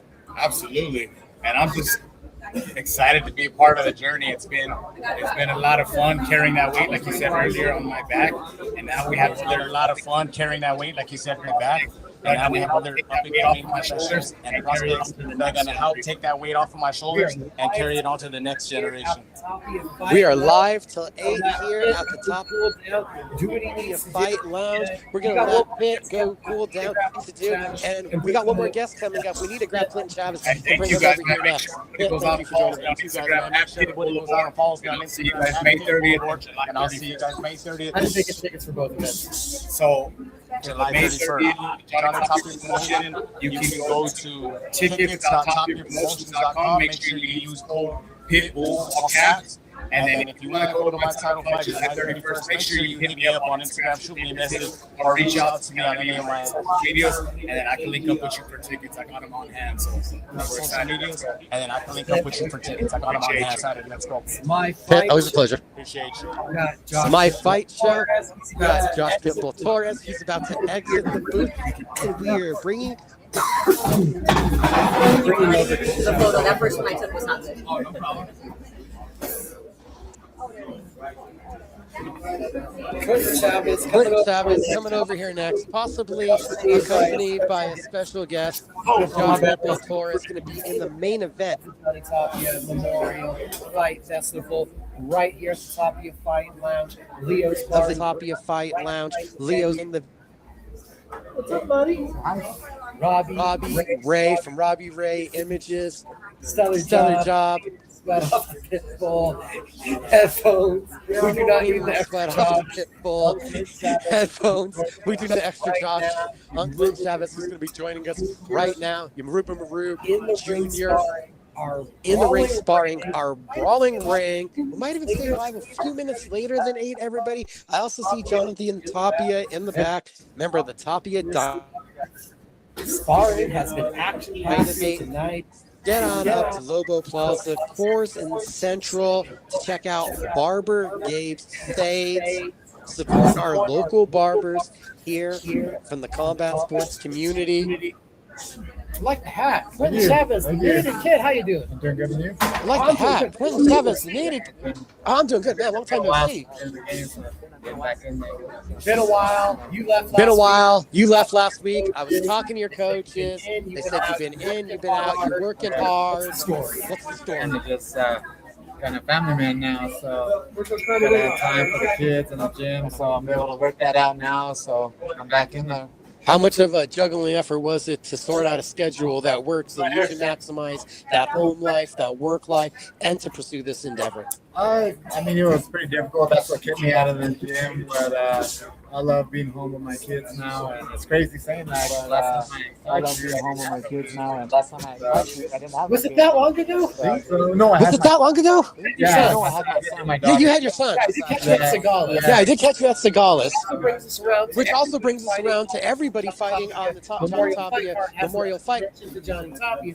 Yours is when I first met you. Card has a training under Johnny Tapia, protege Hector Munoz. So you got a lot of that Tapia style trained into you. Yeah, I mean, that's where I first started. That's where I met Eva. That's where I met Leroy, Johnny, they were still little boys running around. So now to see them all grown and the pro scene is pretty crazy.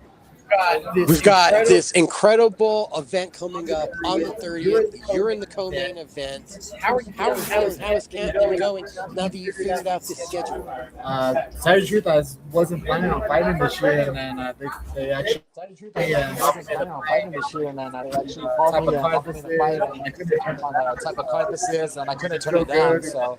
And I feel good. I've been training good for about 3 months now. I feel ready, in shape. I'm just excited to this card, be a part of this movement.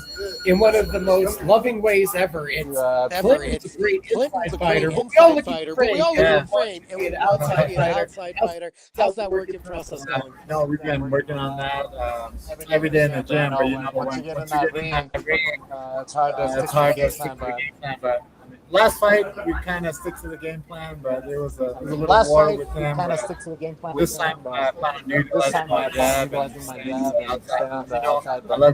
love getting in the ball, so I can't make any promises. Right. Talk to me. What happens in there? What sparks? Is it the challenge? Is it the mono? Is it wanting to get one back? Is it the roar of the crowd? What leads Clint Chavez into get war? one back? Is it I think it's just the environment, like you said, the crowd. It's just you want to be better than your opponent. If he hits you hard, you want to hit him back harder. So, to me, it's just that warrior. You know, I want to just turn it into a fight when my coach is down. We talk about that warrior spirit, and that connects to your heritage, and we know your heritage connects to the emotional and beautiful entrance that you always have. I've always wondered, is it almost too much on the emotion? Get you almost too hyped? Not really, because I know that I train so hard in the gym, and I know what I've worked on, and I'm confident in my skills going into that fight night. Honestly, it just adds like more emotion, more I guess like adrenaline when I hear the drums going and when I hear my family adrenaline out of it. My brothers and my cousins singing for me, it just gets me even more fired up. It don't like really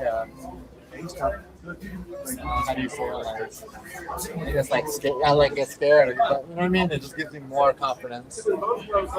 What has it been about this sport that keeps you returning? What has it been? Like you said, you like being at home with the kids right now. Work's busy, but what is it that drives you back to the gym? Just that warrior. You just love getting in there. Blows with another man. Nothing like it. You know, one-on-one. Seeing who's better than you are here. And plus, you know, I like doing it for, like I said, the youth. Yeah, and plus, you know, you said the youth, they want to box too, saying that they want to box too because of my tribe, other reservations around Albuquerque. So, I mean, that's probably one of the biggest motivations that keeps me coming back to. And when we look at major professional sports, there's not a lot. And when we look at major professional sport. There's not a lot of representation in your culture. So did you kind of feel that going in that you were gonna have that extra? Not really, honestly. I honestly got into sports and I was getting into too much trouble. You know, I was in and out of jail and started messing with I was in and out of jail and I kind of saw myself going on the road and I kind of saw myself going on the road and found boxing and saving Okay, well, tell us that story. How do you find boxing? You're getting into trouble. How does that lead to a gym? Obviously, there's a project that you had. You know, honestly, the very first time I ever stepped in the gym was at Johnny Tapia's gym when they had their gym on San Mateo. Okay, back in the day. Yeah, back in the day, I was actually working at a car wash up in I think it's Candelaria and Tramway. Johnny happened to stop by with his sons, and Johnny had a blue Tahoe back then. He would talk to everybody. Everybody that was walked in here would talk to them, and I had started a conversation with him. He started inviting me over to his gym, and stepped foot in there, invited me over to his gym. And Never left. You've never left. You've come back. You've been around the sport for quite a while now. What does the sport mean? What does the sport mean to you? It means a lot to me. It's become a part of my life. I've met new people. I've built relationships in this boxing game. You know, with the Tapias and with the Teresa's. I just met so many good people in this sport of boxing that really opened their arms to me. You know, when I felt lost, and it just really made it a family sport to me. I'm going to step into the ring here, my backyard. You guys can join us at Tapia's Fight Lounge, Leo's Bar and Grill, right here in Candelaria and 12th Street on the 30th. Tickets are still available. Co-main event. How are you feeling about the fight? I'm feeling great, man. I just can't wait to get in there and show you guys how hard I've been working. And you guys don't want to miss it. Come out and support all your local fighters. Come out and support the Tapias and go support me too. Last week we had you in the ring sparring. How awkward with your size is it trying to get the range in the brawler ring? I'm always like to brawl, so it's kind of home in there for me. But when I fight in a bigger ring, I gotta start using my jab and start moving more. But I like these small rings. We know you like the brawler. What is it? When did that come to you? Was that just something automatically right away in the ring? You were like, This just feels good, feels natural working in this range. Yeah, I mean, I felt like I'd land my shots more cleaner. I'm a hard hitter, so every time I touch somebody, I can see it. I don't know, it's just part of me, I guess, on the brawler side. But like I said, I've been trying to work on my jab and stay on the outside more, but I already know it's come down to in one of our angles, you can see your significant other and your children behind. What was that like when she got to see you fight for the first time or go there in the gym and see you spar? She was nervous. She couldn't watch a couple rounds or she would look away, but she's gotten used to it. Watching. Now my son, he watches me train, and it's just beautiful. I just love it. How much different does that feel? Going to sparring, all of this with those eyes on you, with the little eyes watching. It just makes me train harder and push harder. To know that I'm not just doing it for me anymore. I'm doing it for my little ones now, and just showing them that when you get tired, just keep going and never give up. And I hope to pass that on down to them. I don't know this for sure, but I also know That you work with, and one of the guys that's right next to you day in and day out. in the gym, he is mature. He has grown a lot through this fight game. Thanks, Vic. Good seeing you. Christian Cabral. What has it been like being around him? Oh man, it's great, man. That guy's like a natural brawler too, but he's learning how to box. He's just like a natural brawler too, but he's learning how to box, and he's just a great fighter. It's great to work with him too, to learn stuff from him, and just to be around that whole team that I'm involved with. We've seen you. What do you feel has been the biggest growth for you in your boxing game last players? We've seen you make a comeback from the coaches. I guess you got to feel that things have changed. I've been through, like you said, I've been through a lot of coaches, but I finally, I'm back with my original coach who I started with, Ruben. A lot of people don't. But, I guess you could say it's gone full circle. You know what I mean? Travel out of state, fight out of state. It's just good to be back home. See back home, do what I do. Ruben's not here with us, but I'm pretty sure if he was right now, he'd be like, throw your damn one too. For the most part, I do, but then, like I said, every now and then I go off the rail and gotta start doing what I do best, I guess. Why is the Clinton Chavez fight so much fun? It's always exciting. It's either gonna be him or me. So I go in there and if the fight's boring, and then you already know me, I turn it up and I get it exciting. So you don't want to miss my fights or any of these other fights. So it's going to be a good fight to be a part of and to watch.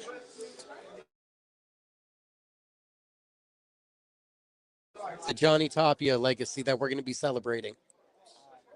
Celebrating his legacy with his sons. It's amazing that they've decided to follow in his footsteps. And like I said, I've known them before they even started fighting, and it's just amazing to see them get mature and taking a step towards this boxing like that. Josh Torres is going to about be having his third fight in 4 months. You're on the co-main event to his main event. You got any thoughts of the activity or how you want to attack the rest of the year? I don't want to blame it on anybody or anything, but it happens. Life happens. This year, I just want to be more active because I know my family and friends love to see me in this ring. And, whatever comes my way, it's say that. Well, Clinton, the native dad, Chavez, I think we got to change it. I don't think you're a kid anymore. Okay, how are you a kid at heart? I was going to let you go, but then you said this. Like, what is the biggest kid thing that Clinton does?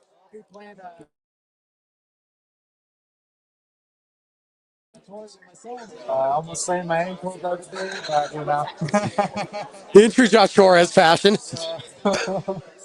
Clinton, it was great catching up with you. We'll see you May 30th. Clinton Chavez. Co-main event. Johnny Tapia Memorial Festival. I forgot what camera I'm looking into for a split second. Sorry, guys. Was looking all the way into my computer over here. Don't forget PFL from Brussels Saturday morning. We got BKF. I should have brought up BKFC with Josh Torres. I know he's a bit interested in it. Jamal Herring fighting for the BKFC bantamweight title. It's vacant. He is taking on Michael Larimore. That is going to be Friday night. Saturday during the day, you get PFL from Brussels. You also get the Olesander Usyk versus Rico Verhoeven boxing extravaganza on DAZN from Riyadh season, and that one going to be during the day from the pyramids. Couple more minutes here live, and we're going to try to get Johnathan Tapia on. He's getting his hands wrapped by Al Torres, but they wanted to see if he had a minute to come on. Probably won't, but actually tell Teresa to come over here real quick, and I'll just give her the headset. Let's go from that. Want to do it on this? Yeah, just leave it on that one. Just leave it on that.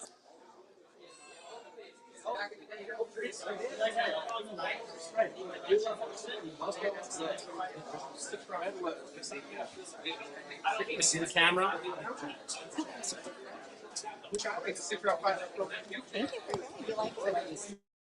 Oh, yeah. I've had a ton of audience members so far. Some great interviews. May 30th, another amazing event that you're putting together to honor Johnny's memory. First off, where did this idea for the Fight Lounge come from?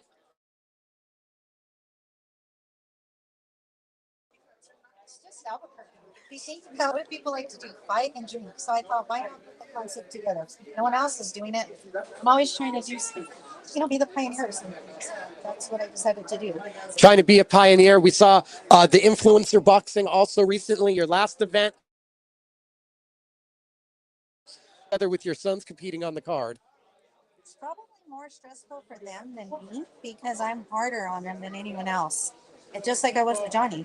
Like I always, when Johnny would get in the ring, people would see I was very serious. That's how I am with my sons. It's like, this is what you want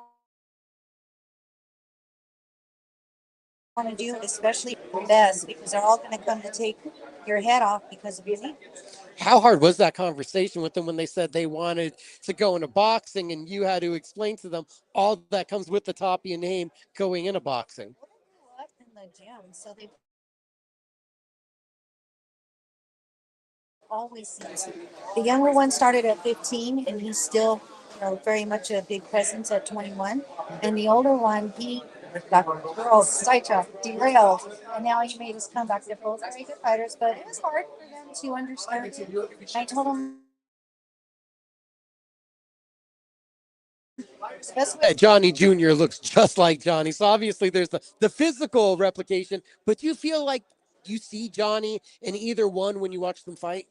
I see Johnny in both ones. So the younger one, you'll laugh, he looks just like Johnny's mom. Okay, that's where Nico's looks come from. Yes, they actually both. So the younger one, his style. If you watch him, he's in your face. Once he gets hit, all boxing goes out the door. He's down to and just goes at it. Likes to fight, likes, the pizzazz, likes to his speed. He does the backflip at the end. So they're both pretty cool in their own way.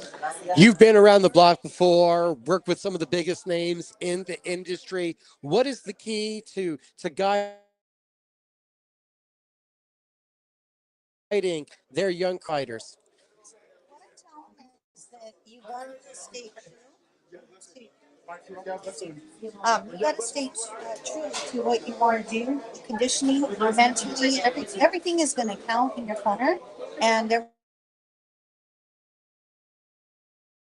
everything can go again. I just try to prepare them for everything because there's a lot of obstacles along the way, and they just got to do. They just have to listen and listen to the coaches. And I said, the feeling has never left. From the first gym that I walked into on San Mateo, and Archie Ray and Joaquin and so many of the guys that were back in Adrian in that day, whether the faces have changed, the vibe has stayed the same no matter where the building has been.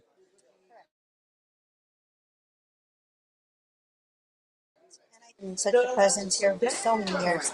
Johnny. I am a firm. There's a million great fighters out in New Mexico, and I love and cherish everyone I root for. I don't care if it's MMA or boxing. I don't care if it's soccer. I don't care if it's basketball. Whatever you from New Mexico artist just keeps going and going and going. It's a magical thing.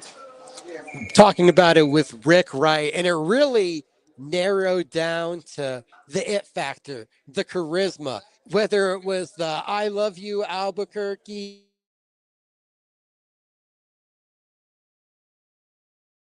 after that, it's like Johnny broke through and connected here in a different way because of that raw charisma. Such a hard life, and all he ever wanted was love. And I think he looked at his fans and he wanted to give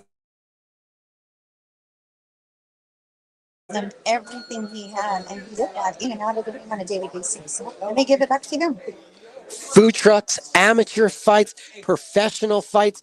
What does the day look like on May 30th? We're celebrating Johnny, and that's what it's about. We have jumpers with, water for the kids.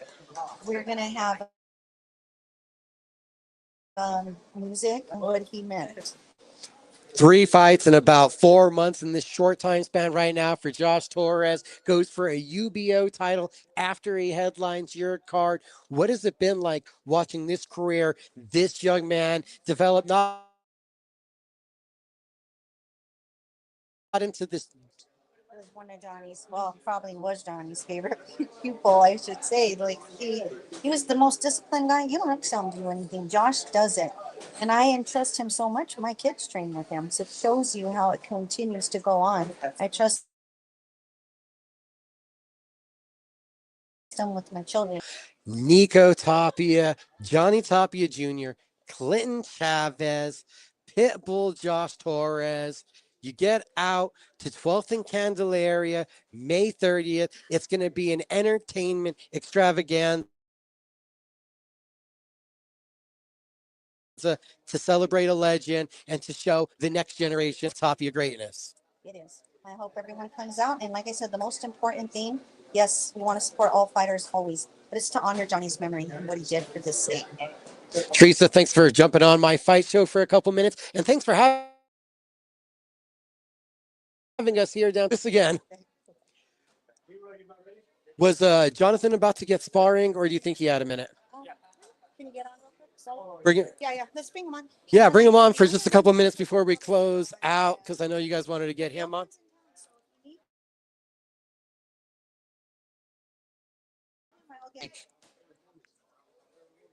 So real quick, one more guest running a couple minutes over. We did want to bring in Johnathan Tapia, going to be a part of the fight card. Somehow always running late to sparring. Got out of work. That's what I heard last week. That's what, turn it the other way, your headset real quick. Yeah. So, yeah. Just a few more minutes. Exactly. Just a couple more minutes. We got here. My fight show, Johnathan Tapia. Camera's right there. How you doing, sir? Good. How are you? I'm good. Boxing. Tell me about it.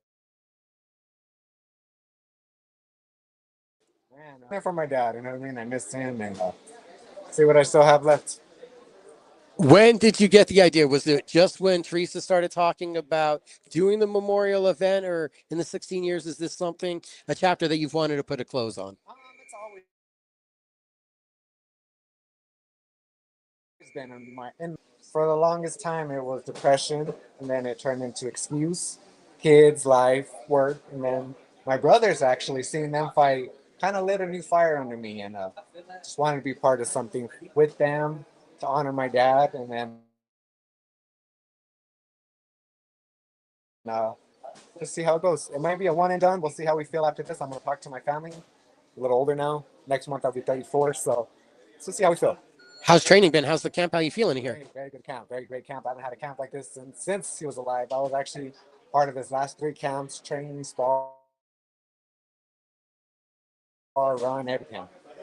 How many times a camp or a training session do those memories come back to you? Do you get thrown back to those moments? All the time, especially because me and my brother, we work together, and we keep a lot of the same things that he used to do.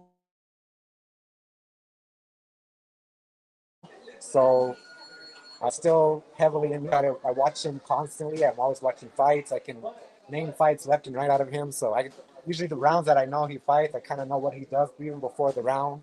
That's how much I study that man. I idolize him. You can tell us behind the scenes. What was it, man? Oh, it was amazing. He was just like you hear about every story. He'd give you your heart. He'd give you the shirt off his back. He was hyper. He was hard at times, but he was very lovable, very caring. In the ring, when we trained, we'd butt heads all the time. I was like, nah, I could probably slack off. I can skip a run. I can do this. I can do that. But he wanted the best. And now that I'm older, I understand that now. I wish I would have had a little bit more back then to put more into it. But it happened. You know, I mean, after he passed, a lot of things kind of went away from me. It's a lot of emotion, especially with his anniversary coming up. It's just surreal, you know. It's gonna be a lot just to be with my brother, but I know we're gonna be good. We're gonna be happy. It's gonna come time to shine, you know. Honor him the best way I can. It's the only way we know how to, you know what I mean? New Mexico would come fight, so. What is the sibling rivalry or competitiveness been like working with your brothers? Honestly, they've been training in Vegas, so I haven't really even got to be with them. I haven't got to see how they train, but we always try to motivate each other. we always set up the 30th. Let's see who brings it more because we like to throw little bets in between each other. Like whoever does better, let's see, to do a little bet within each other just to try to push each other harder, faster. So, you know what I mean? What is your expectation? Like, what are your goals? I want to look good. I want to look healthy. I want to look happy, at peace with myself. I've had a lot of regret, a lot of years I kind of just wasted away. So I just, if it is my last time, I want to go out and leave it all out. So that's kind of all I want to give it my heart and soul. And if we come out victorious, that's what we always want. We always want to come for the win. But like I said, I want to leave it all in the ring, and we'll talk to my family after. We'll see what we do. You brought up the regret, the depression, have an environment. How much has that helped the mental and benefited you on that level? Oh, boxing is very therapeutic. Everyone will tell you hitting the bag is the best feeling in the world. Sparring, hitting someone, getting hit. It's a good way to let go of that anger. And I think if for me, since I was older, I got to be with him a lot more. So I think it would have been a little bit harder for me to just capture life. You know what I mean? With him, everyone loves him. He's still alive. But with him being as big as he is, it's still what we're doing now. All three of your sons fighting. Like, there's so much. He has grandkids now. So there's just a lot that I still wish he was still a part of, which I know he is. All this is all for him, but it's just not him in spirit, in person.